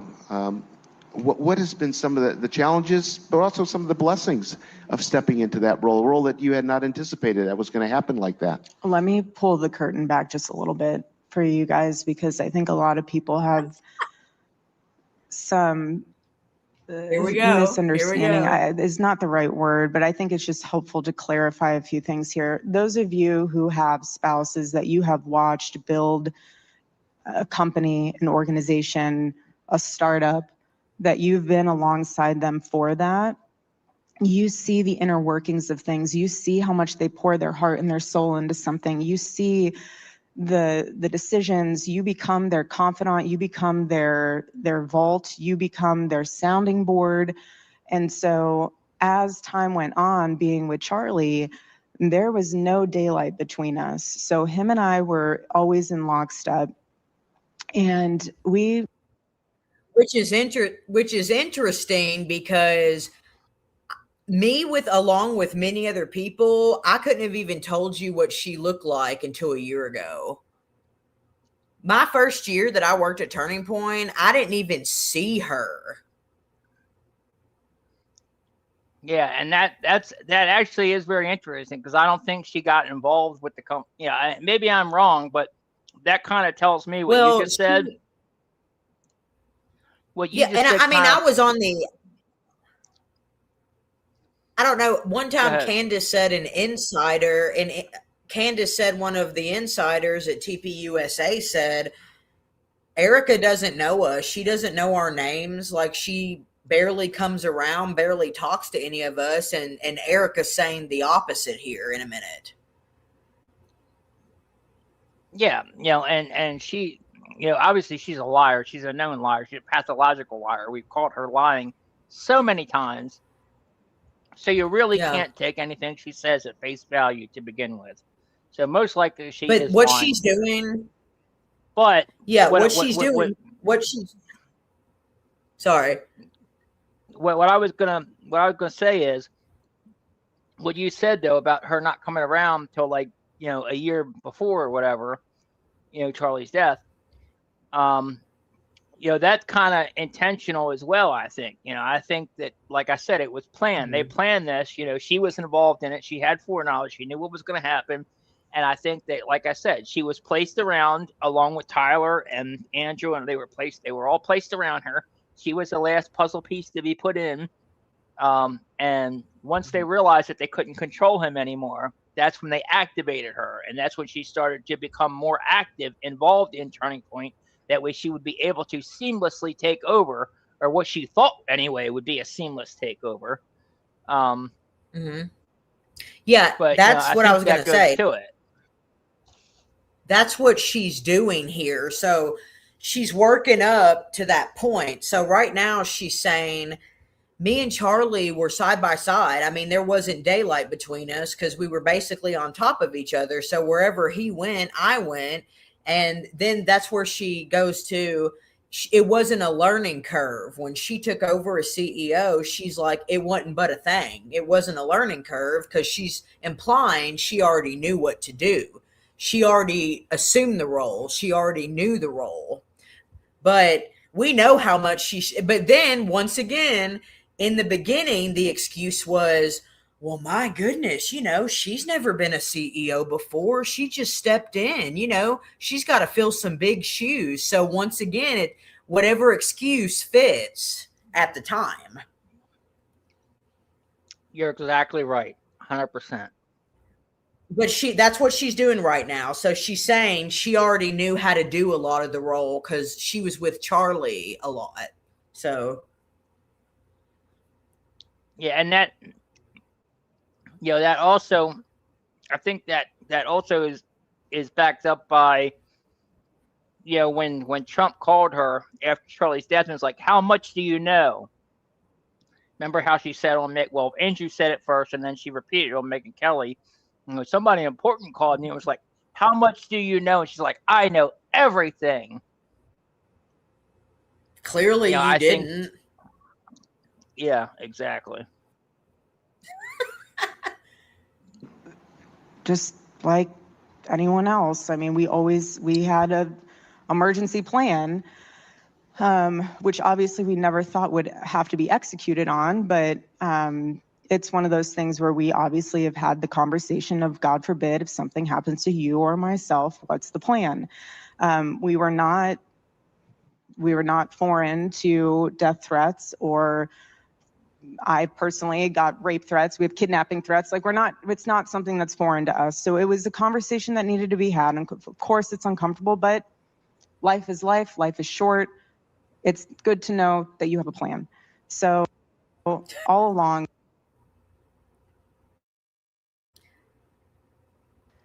Oh, I think you're on mute. Yep. So I think that, like I said, that once again, that's very telling that even she would bring up this whole death threat, rape threat thing or whatever. Yeah, I like how she's using the R word now. I think she sprinkled that on there. Oh, absolutely. this is the woe is me, feel bad for me. You know, she's trying to get this woe is me, feel bad for me vibe going. And it also fits the broader pattern, what you see Trump, you know, all these other influencers doing and the Trump administration doing and Bongino and all them trying to push, like, it's the candy cult. It's all these people that are on, you know, Candace's side that are causing these people to radicalize them and to want to attack her and to cause her harm. It's all our fault. And you see them building that. You see them trying to push that narrative. You know, them saying that there was active death threats against Erika Kirk, so we had to arrest these people. That's why she couldn't be at the event with JD Vance that day or whatever. And come to find out, the supposed death threat, you know, at that event with JD Vance was just some guy trolling online. Didn't even really, you know, there was nothing serious behind it. It wasn't a serious death threat. No. And no, like you know how many times, you know, their side threat, you know, they want to talk about death threats. I get death threats all the time. I'm probably one of the most hated people. Like, I get death threats constantly from that side. You don't see me talking about them. You don't see me crying about it. I don't even take them seriously because all these people are like, whatever, you know. Like Candace said on her show, I think one time, it's the people that announce themselves, you know, and say they're going to kill you. They're not the ones you got to worry about. They just want to scare you. The ones that you got to worry about are the ones that don't say anything, you know, because if somebody really wants to do something to you, they don't want you to change your schedule. They don't want you to add more security. They don't want you to be looking over your shoulder, paranoid. They just want you to feel safe, feel comfortable, and be in a routine that they can know your routine, and then they can exploit it to kill you or whatever they want to do. And, you know, these people that openly say, you know, I hope Erika dies, or I hope this, that, I want you to die, but they're not, you don't take these people seriously. And the only reason that you see the Trump administration and Erika and all these people trying to take them seriously and make arrests and all this crap is because they're trying to push that narrative. They're trying to push that words are dangerous. You know, they want to shut us down. They want to shut our free speech down. That is the avenue that they want to try to use to shut our free speech down. And honestly, it's less about Erika Kirk and it's more about Israel, because they want to push this, you know, anti-Semitism is brain rot, and we're all anti-Semitic because we have a problem with Israel being, you know, so involved in our politics and basically being able to buy congressmen and everything. You know, just because we notice that and have a problem with that, we're all anti-Semitic, and that's what they really want to stop. That's what they're pushing all these laws against. And this is another avenue that they're using to do it. That's all it is. Yep. Are you gonna? I was gonna say this right here. She has two different gears. It's this tough cookie mode, like I dare you, jump frog jump, or it's crying, like I want to go home. It's either this or that. There's like no in between. So right now is tough mode. This interview is more tough mode. Like, I dare you to fuck with me, like that type of thing. Yeah, and it's honestly, to see the switch it's very weird to see the switch between that, because, like, honestly, that's why people think it's so weird. Like the one speech that she did, you know, in Charlie's studio, where she, you know, looked like a Assassin dressed like Eminem or whatever, you know, where she was like, she was constantly like switching in and out. It's like, yeah. Like, that's fucking weird. I'm sorry, but that is weird. Normal people do not act like that. They do not do that. There's something wrong with you, woman. You're possessed. Yeah, and you'll see that towards the end, but let's let her go into this whole, like, she was natural for the role. Charlie and I, we confided in the team. It wasn't an unknown thing.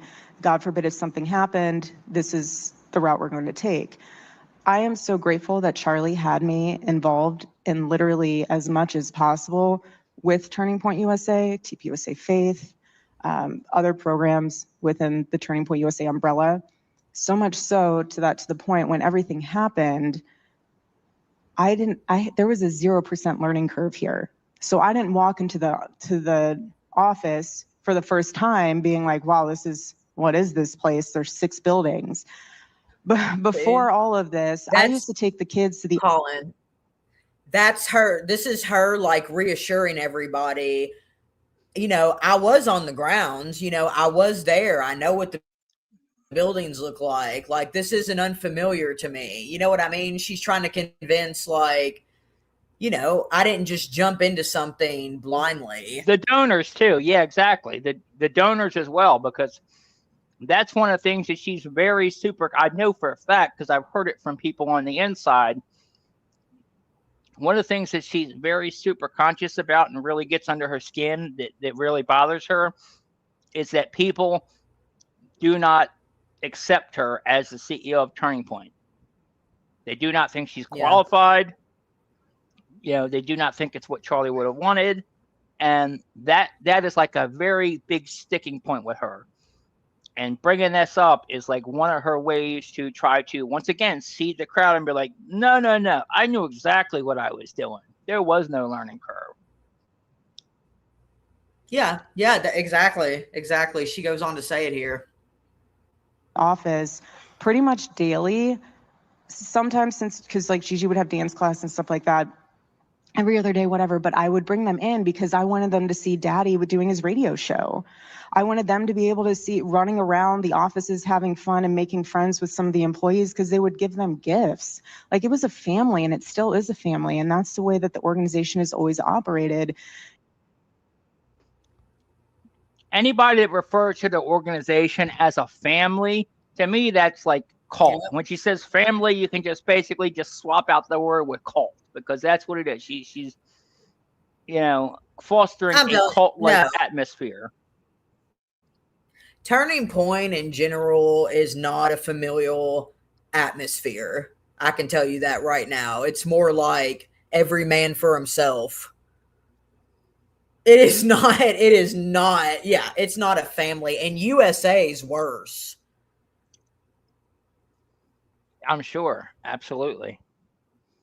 Yeah. And she's about to say something else here too about, you know, I know everything about all these people that work for me. You know, I bet you do, because I'm sure you can attest to this, but they put surveillance software on all these people's devices. You know, that way they track everything that all their employees do to make sure that they're not leaking stuff or whatever, you know? So, of course, you know everything about them because it's a cult and you're spying on these people. And then the people that, you know, that don't go along with your cult and don't go along with the official narrative or not really like Erika, they get rid of them. Yeah. That's not a family. You don't get rid of your family just because you disagree with somebody. Well, I talked to someone the other day, one of the managers there, and they said that like they're definitely vetting people harder now that they hire. They're taking their time now actually looking into people because, you know, I told you, people just want to work there to be a mole.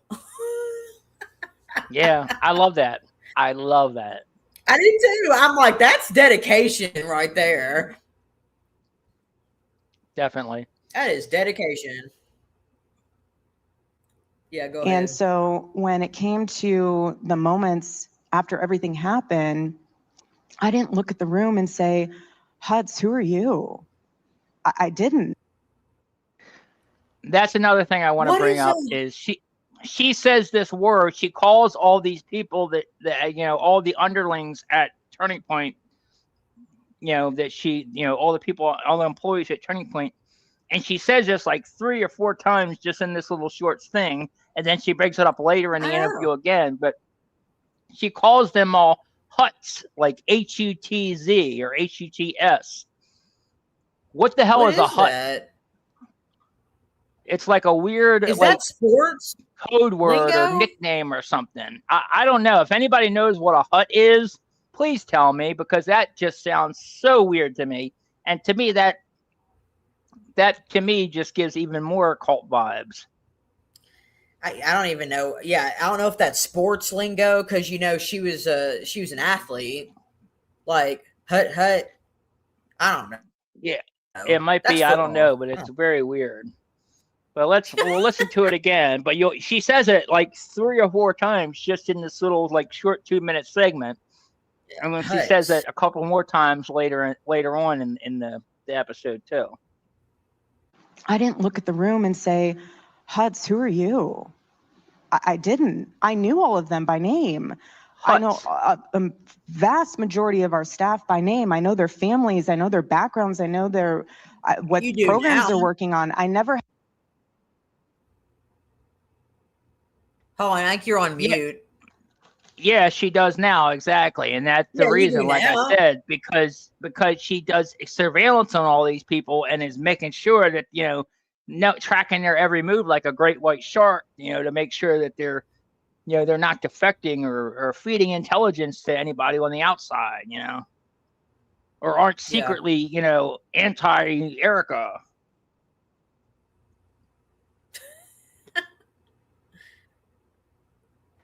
They're super paranoid.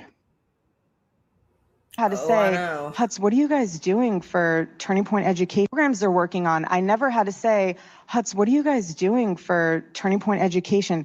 You need to stop, because what happens is, and those of you who own either companies or organizations, what happens is it's almost like a new football coach that comes in where sports. I guess we'll just use Alabama. Yeah, maybe it is a sports reference. I don't know. Like I said, anybody knows, let me know. That may be like Urban Dictionary, not Webster. You know what I'm saying? Yeah. Maybe. I'm going to start calling you a hut. I'm going to say, hey, hut, I'm talking to you. Hey, well, I tell you what, all my haters on the line already do. They already call me Jabba the Hutt. So there you go. Yeah, there you go. Well, hut, that's the thing. But I want to find out that maybe that's what she's doing. Maybe she's calling them all fat. And you're like, hey, fats, what's up, fats? I know all your names, fats. I looked it up and I said, when you're referring to a person as a hut, what does that mean? I literally typed that out.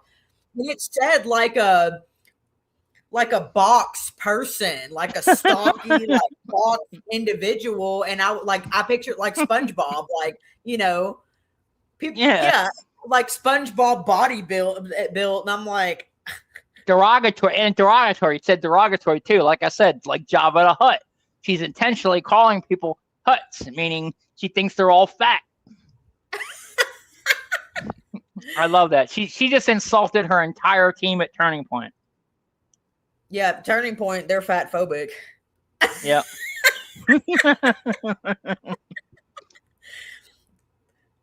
Oh, that's a good pause. Yeah. You're on mute. Okay, so Blake Lively there. Yeah, a little bit. Okay, let's see.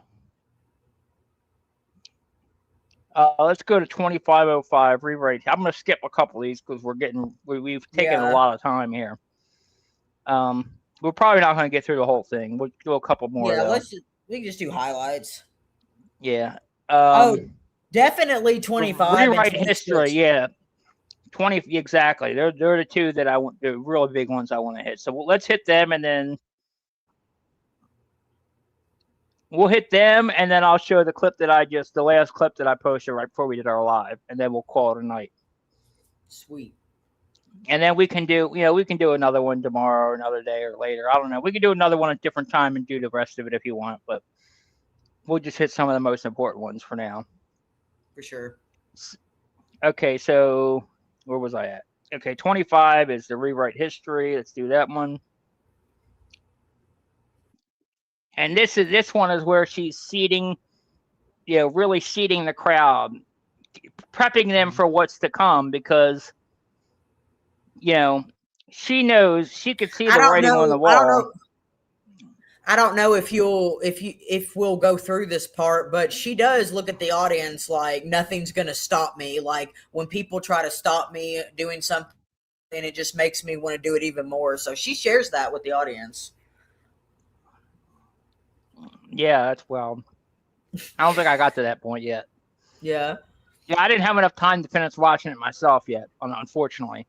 But Well, you got yeah. me. So in this part, yeah, I appreciate that. So in this part, she's talking about rewriting history, talking about like people will maybe even want to people are even trying to rewrite my husband's death or his assassination or whatever. She predicts And that.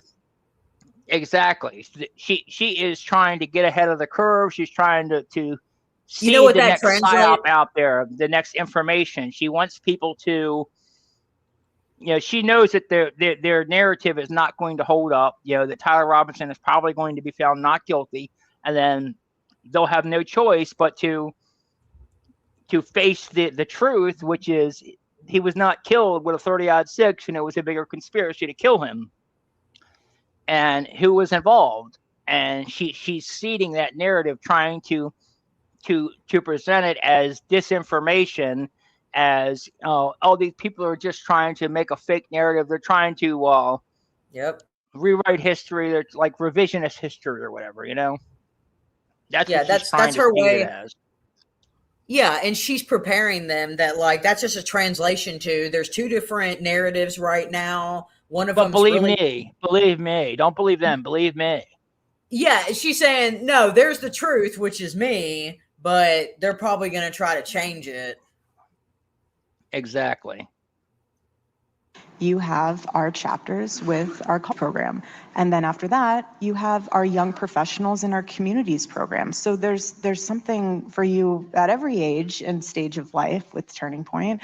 But again, going back to the educator side, you guys play a massive role in the front lines of what's going on in our country, because without you guys, people are going to rewrite history. They're going to rewrite different, literally, they're probably even going to try to rewrite my husband's assassination. You guys are in the middle of history being made. And do you see that side eye? You see that side eye? She said, and you could tell she's so inauthentic. You could clearly, to me, you could clearly see that she's just feeding information. You could tell just by looking. I mean, we'll watch it again because I really want you to pay attention to her. Like you said, you showed her look. Look at her. Look, just pay attention. You can see when she's lying, when she's just saying stuff that she knows to be untrue, and she is intentionally just trying to seed information or put a narrative out. yeah. You guys are in the middle of history being made, and I find it so important for us to be able to be an added resource to you all, whether that's trying to make understanding of what's going on in this world, or I think I went too far. People are going to rewrite history. They're going to rewrite different. Literally, they're probably even going to try to rewrite my husband's assassination. You guys are. Yeah, very telling. Very telling. It's like nobody said that. You know what they're hoping, Colin? They're offering. You know what they're hoping? They're hoping that this is going to be like JFK. Like for years, there's going to be two different theories. They're hoping it's going to age like that. That's what they want, but I don't think that's going to be the case. We're never like the age of social one. There are way too many people involved in it now, and way too many people that care. But also, we're in the age of social media.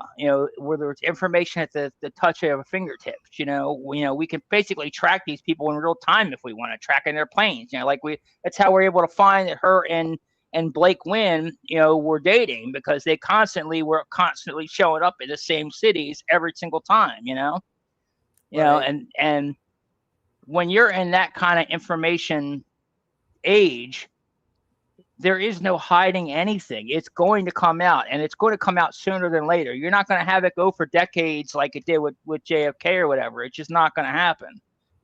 And that's what she's hoping for, and that's not reality. And she needs to wake up to that, because I guarantee you, Tyler Robinson, if they don't kill him before the trial's over, Tyler Robinson is going to get off. He's going to be found not guilty.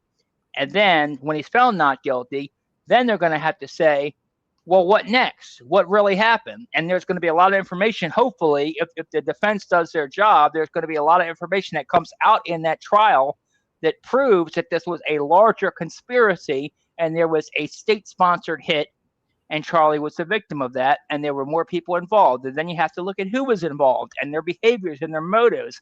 And then you will get to Erika, and then you'll have to see Erika's motives, and you'll see the life insurance policy and the faking the audio and the lying and everything else. You know, it all, you can't, and that's why people attack me sometimes, because they start to say the stuff I go after Erika for is petty and doesn't matter.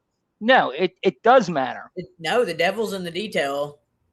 Exactly. All the stuff that I am bringing, while it may not be particularly relevant to how Charlie Kirk was killed, it is particularly relevant to who, and to proving that when the time comes. If Erika Kirk ever goes to trial for killing her husband, which I believe she did, I mean, she didn't actually, I don't think she hit the remote and detonated the bomb on him or whatever, but, you know, she definitely had foreknowledge of it and knew it was going to happen, in my opinion.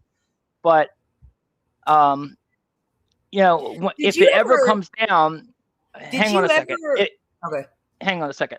If it ever comes down to her going to trial, it's going to matter. The things that I'm discovering are going to matter, because it goes to her state of mind. If you're showing that she's a psychopath and that she is in the Epstein orbit and grooming children, that all matters. That's all part of the narrative. That's all part of the reason why.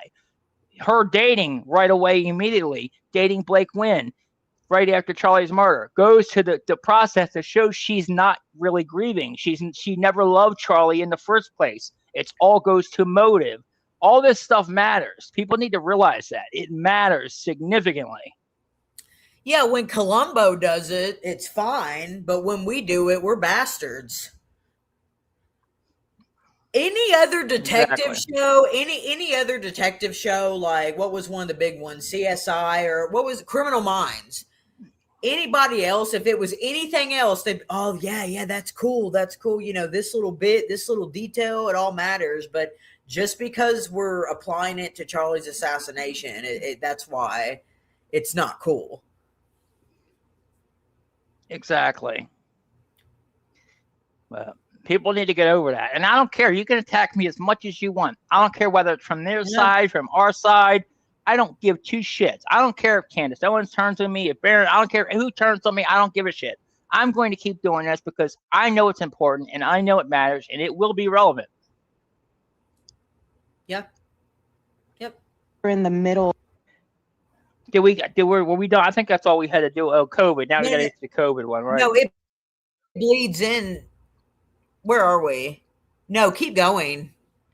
25. We're about 30 seconds from the COVID. So yeah, we'll watch the whole thing, I guess. Of history being made.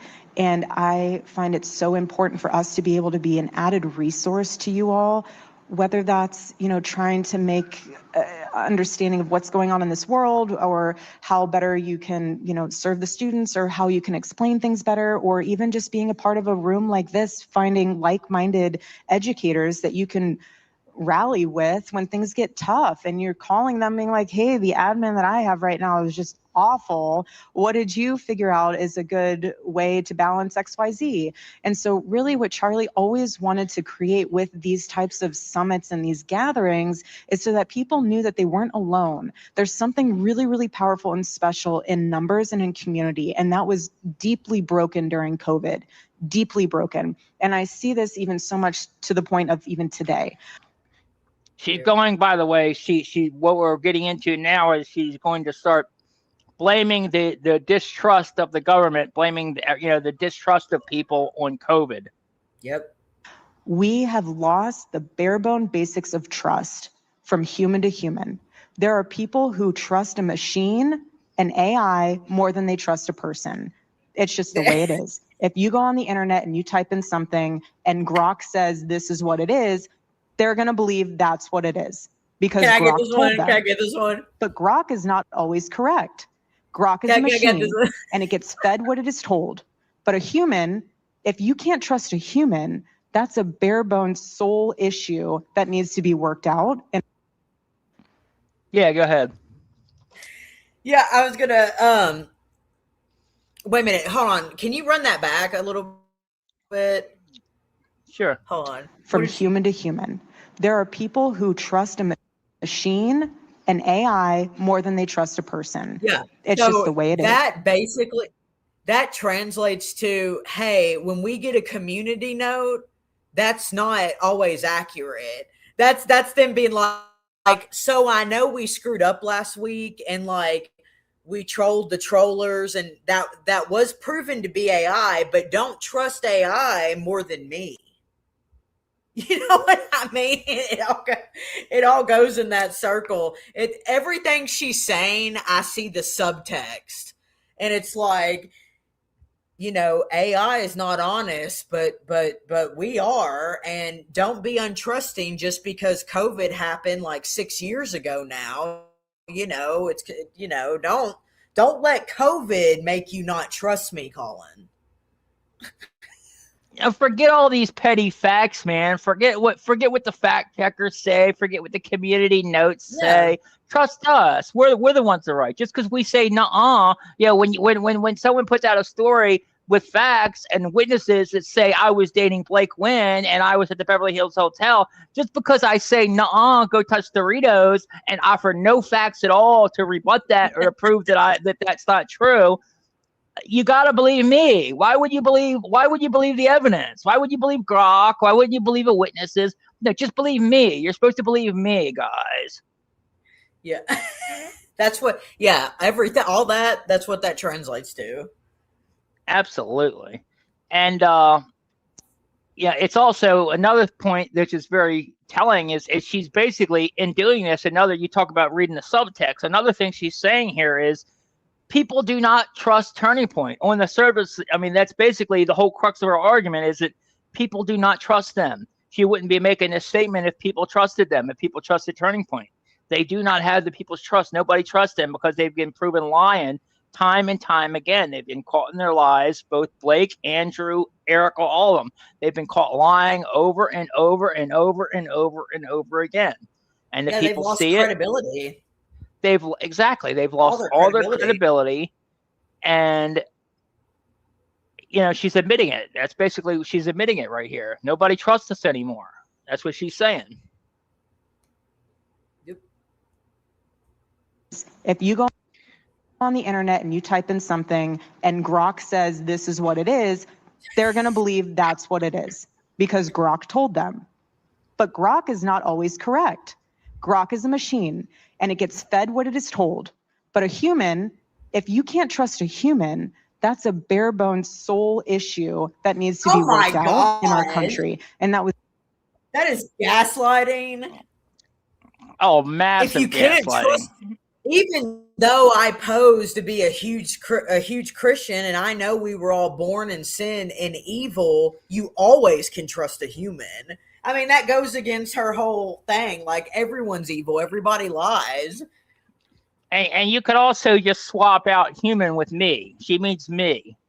You can trust me. Yeah, exactly. Yeah. It's wild. I see what she's doing. It sounds good, but that's the thing with her. She's not good. She's not she's like a D-list actress. On the surface she might look good, but once you look under the hood, you can really see the problems and stuff, Yeah, but everything else is Sharknado for. Yep, exactly. All right. One more. Like I said, let me just find.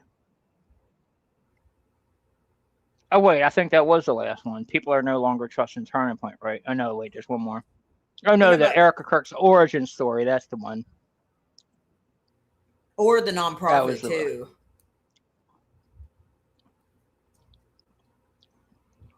Well, yeah, that's this one. That's what it is.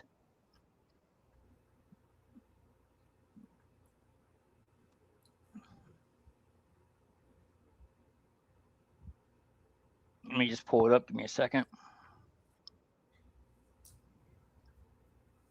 Okay. Okay, so in this clip here, and this is a short one, this won't take long. But in this clip, she's basically telling us the origin story of how she started her nonprofit, Everyday Heroes Like You, and the reason why she started it.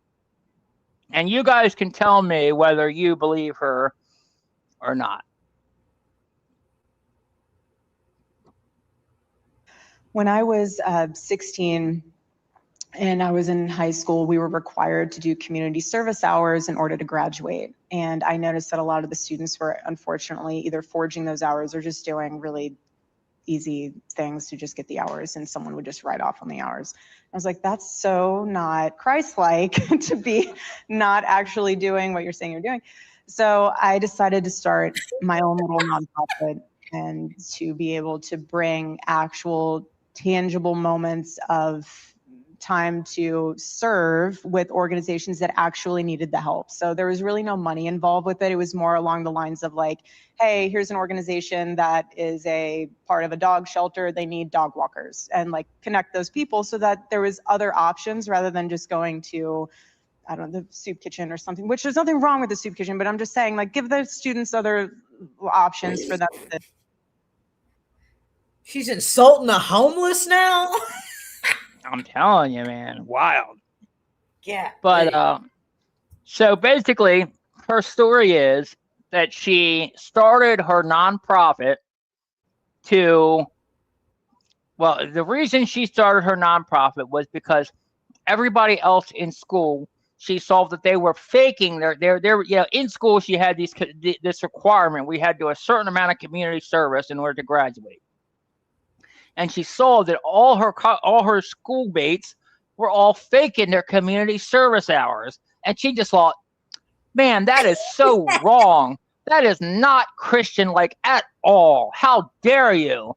Because of that, I'm just going to do the exact opposite. And I'm going to start an organization because I want to help people even more. I want to do even more than just, I want to do even more than just community service. I want to start my own organization so I can do my own community service. And she tries to make it out like some big righteous thing, and she did it for the good, and for good, and and going against it's complete the grain. bullshit. Yeah. The real story, and you can kind of read through the lines here. The real story to me is she saw that all her peers were faking community service hours, so she started this nonprofit so she could very easily do the same thing, because it's very easily, if you're using your own nonprofit as the community service, you can just sign off or have your mommy sign off on the paperwork that you did the community service when you really didn't. And maybe because she cared so much about popularity and social, being accepted socially, I wouldn't put it past her to have used that organization to then also get all her homies and fake their shit too. So when she talks about people faking their community service hours, she was probably the root cause of all of it. She probably started that and then had all her buddies using her nonprofit to fake their community service hours. And I will question her. She has multi-purposes for that. Yeah. Multiple purposes. And I tell you, I guarantee you there's a record of that somewhere. Somewhere down, she had to actually, there are paper records somewhere, or I don't know about paper, but computer. There's some kind of record where she had to write down where she did her community service at and where her little buddies did their community service at. And anybody in Arizona that knows about this or has access to those records, I would love to be able to prove that. I would love to be able to prove she's lying about this too, because I know in my heart, I know she's lying about it. And it really doesn't matter in the scheme of things, I will say it probably really doesn't matter. It's very petty, but this in particular is like, I just want to prove that she just lies about the most trivial, stupid shit for no reason, you know? I know, yeah. So if Like anybody has like, access, whatever, I forget what school she went to, but if anybody went to school with her, has access or knows about this or knows or has access to the records of where she did her alleged community service, or whether she was using her Everyday Heroes nonprofit as the community service, I want to hear from you. I want to know that. You could email me, projectconstitutionvideos@gmail.com, or just DM me on X. But I want to know that because I think she's lying, and I want to prove it. Hey, can we watch? There's some good eye clips, Erika eye clips. Can we watch that last? Yeah. It's put it on. If you put on 5322, just put on 5322. Gotcha. This is where her eyes start doing that thing. Huh. That thing.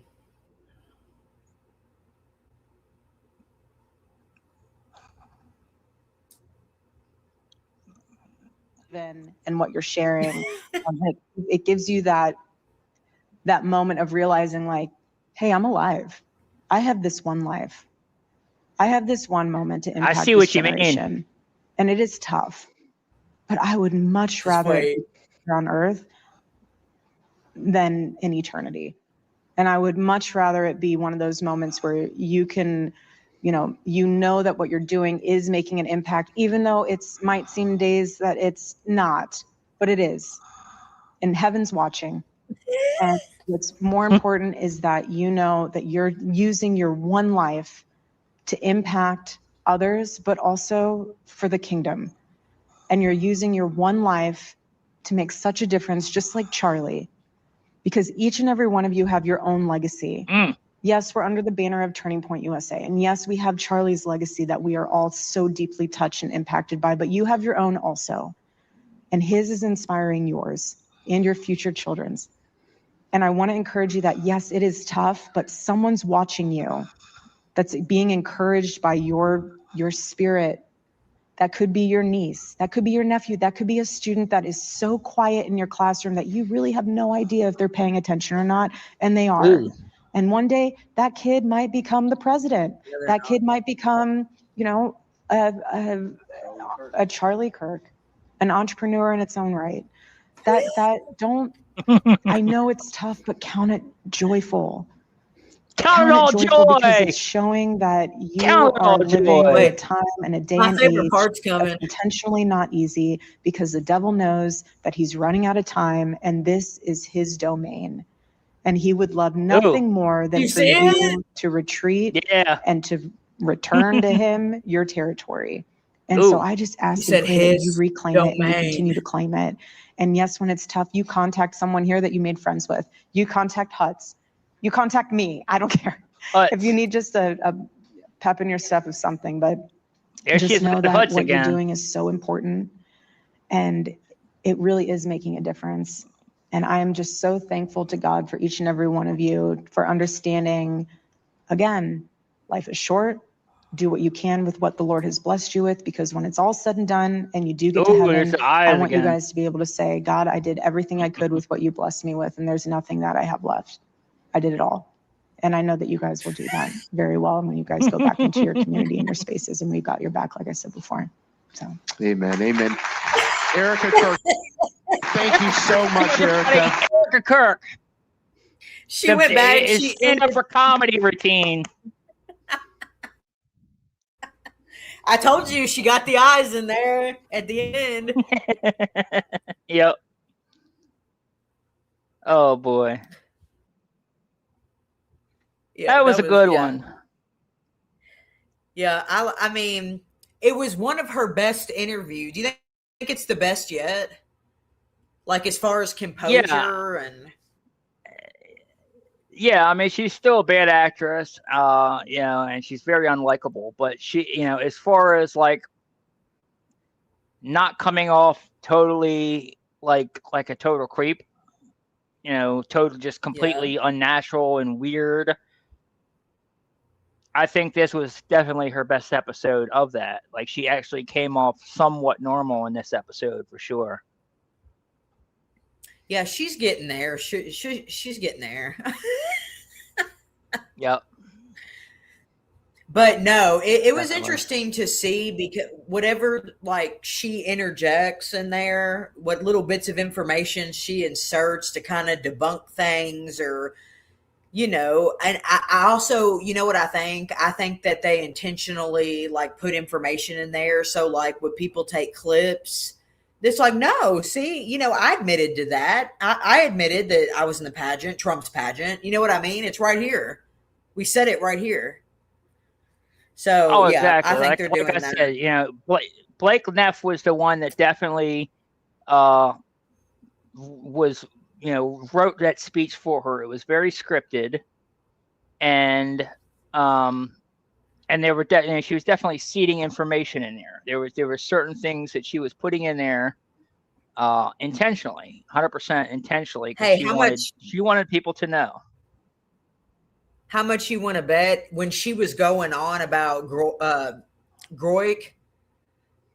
I think Blake Neff told her to say that. I think that somebody else told her to say that. Do you remember that? When she's saying if you Yeah, look up stuff on Groik, it could be wrong. I don't think she came up with that herself. no, that was Blake. That's something that definitely pissed Blake Yeah, off that's is when they got community noted. and That's how you know Blake Neff wrote her sometimes, speech. yeah, and sometimes Grok is wrong. Like that whole, he's got that little Yep. philosopher thing going on. But no, yeah, I was like, you didn't come up with that point. You didn't come up with that. Oh, no way at all. Before we go real quick, I just want to thank, I got 2 donations here. Gloria donated $10. She didn't give a comment, but thank you very much. I appreciate the support.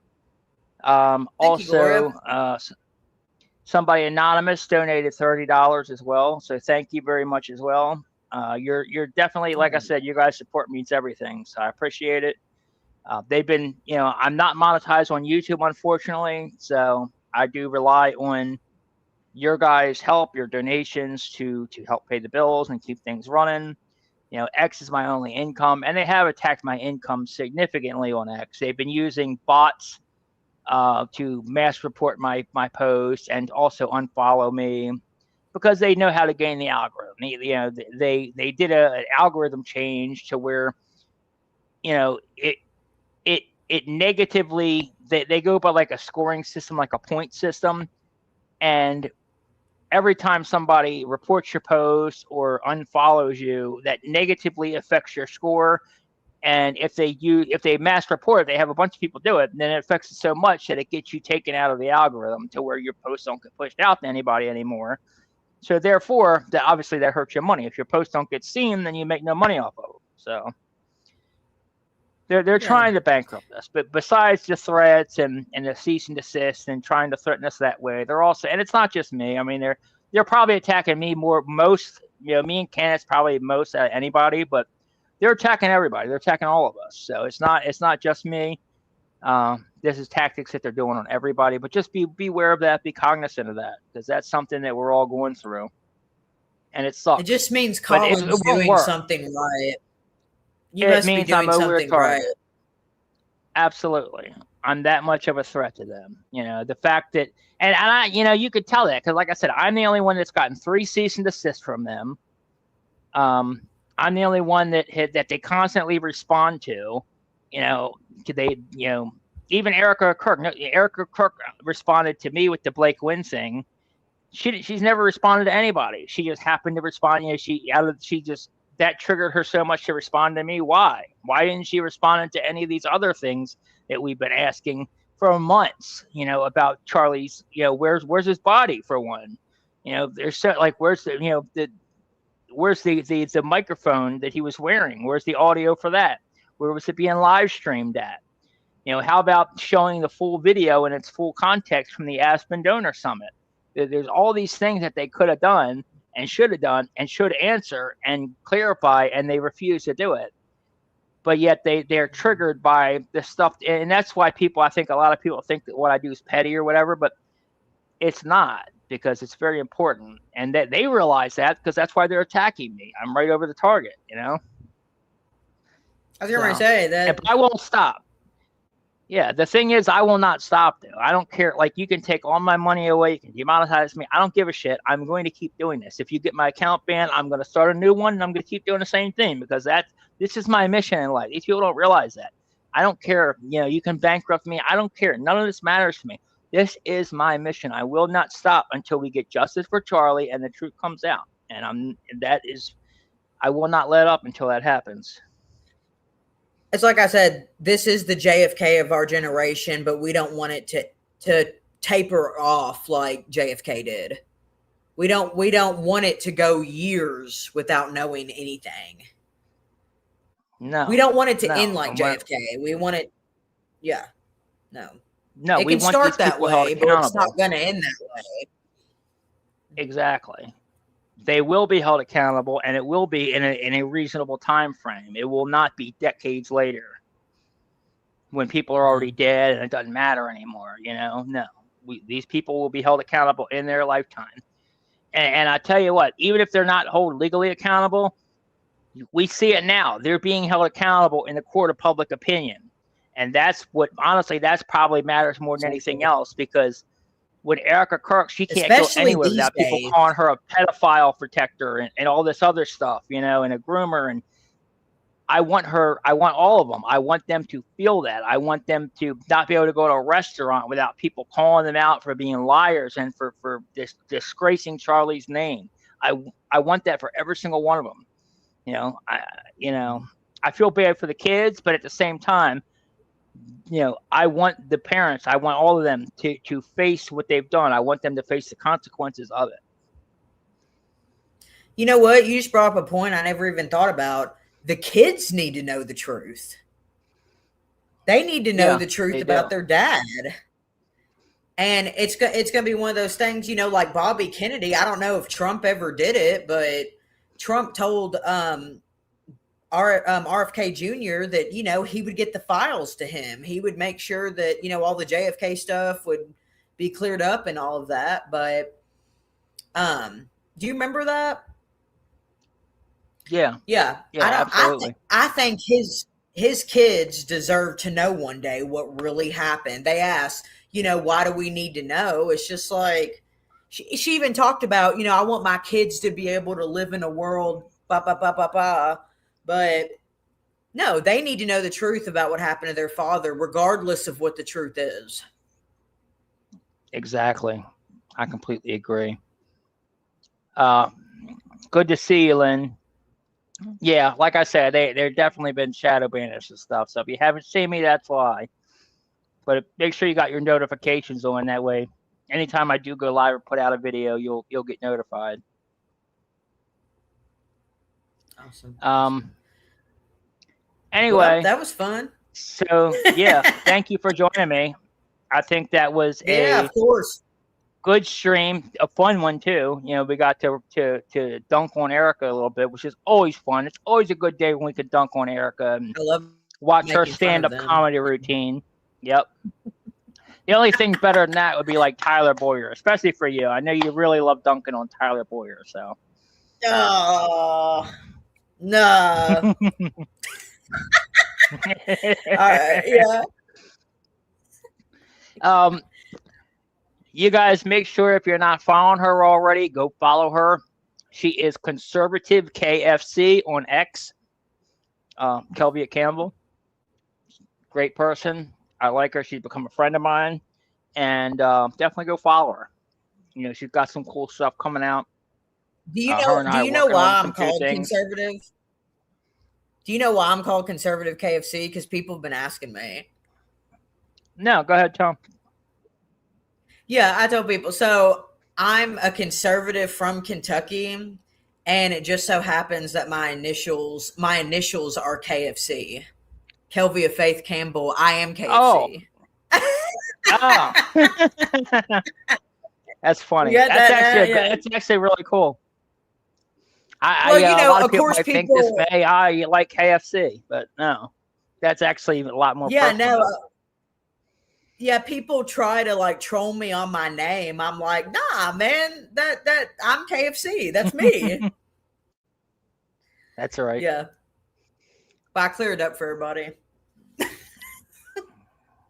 That's right. There we go. All right. Yeah, so go follow her. She's awesome. Thank you for joining me. And we didn't get through everything today, but we got through most of it. Her and I might do something again in the future, go through some other stuff. I don't know. If not, we'll do another stream in the future, me and her or something else. I also, next week, just as a little preview, next week I'm probably going to be interviewing it's in the works. It's not in stone yet, but we've got a commitment, so we're going to set it up. But there's a former Turning Point employee that was fired basically because they got cancer, which is insane to me. But I will be interviewing that person next week. And she was a friend of mine. Well. She was a friend of mine. Yep. Kelvia is the one that introduced me here, got me the connection.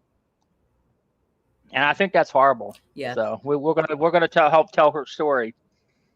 So I think it's important to tell it, and I'm gonna help her tell it. Yep. The more people, and like I said, guys, I'm just saying, I had an attorney look over the NDA, and it was pretty groundless. I'm just saying it was pretty weak. It was pretty weak. That's all I'm saying. Yeah, absolutely. There's a lot of holes in that NDA from what I hear. It's overly broad. It's exactly overly broad. It's not enforceable. Broad. For the most part, it's not basically enforceable. I want to encourage other people to come out, and give their testimony, obviously. But yeah, and the reason why I mentioned the NDA is because that's kind of what they subtly threaten you with. They always end the email, and don't forget, you signed an NDA when you came on board. So, hush, hush, hollyhock. But it's really about insider, like trader secrets. Like if you gave their secret recipe on how to win a gubernatorial race, you know what I mean? If it was like a inside trade secret. But if you're just giving your personal opinion and your own personal experience from working there, that's not illegal. You're not legally binded by that with that NDA. So just saying, public service announcement, Colin.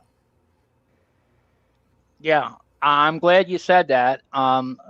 It's important for people to know that if they want to speak out. And if you do want to speak out, I will help tell your story. I'll help get it out there because it's important. All of you that have been let go, wrongfully or not, you all have a, you have your your voice, your story deserves to be told, and I want to help you tell it. It's important to get out there. And another thing to pay attention to with the NDA is it also it cannot be enforced against anything criminal. So if you witness them in the organization do anything criminal, they cannot hold that NDA against you for whistleblowing and exposing criminality, things that they're doing that are criminal.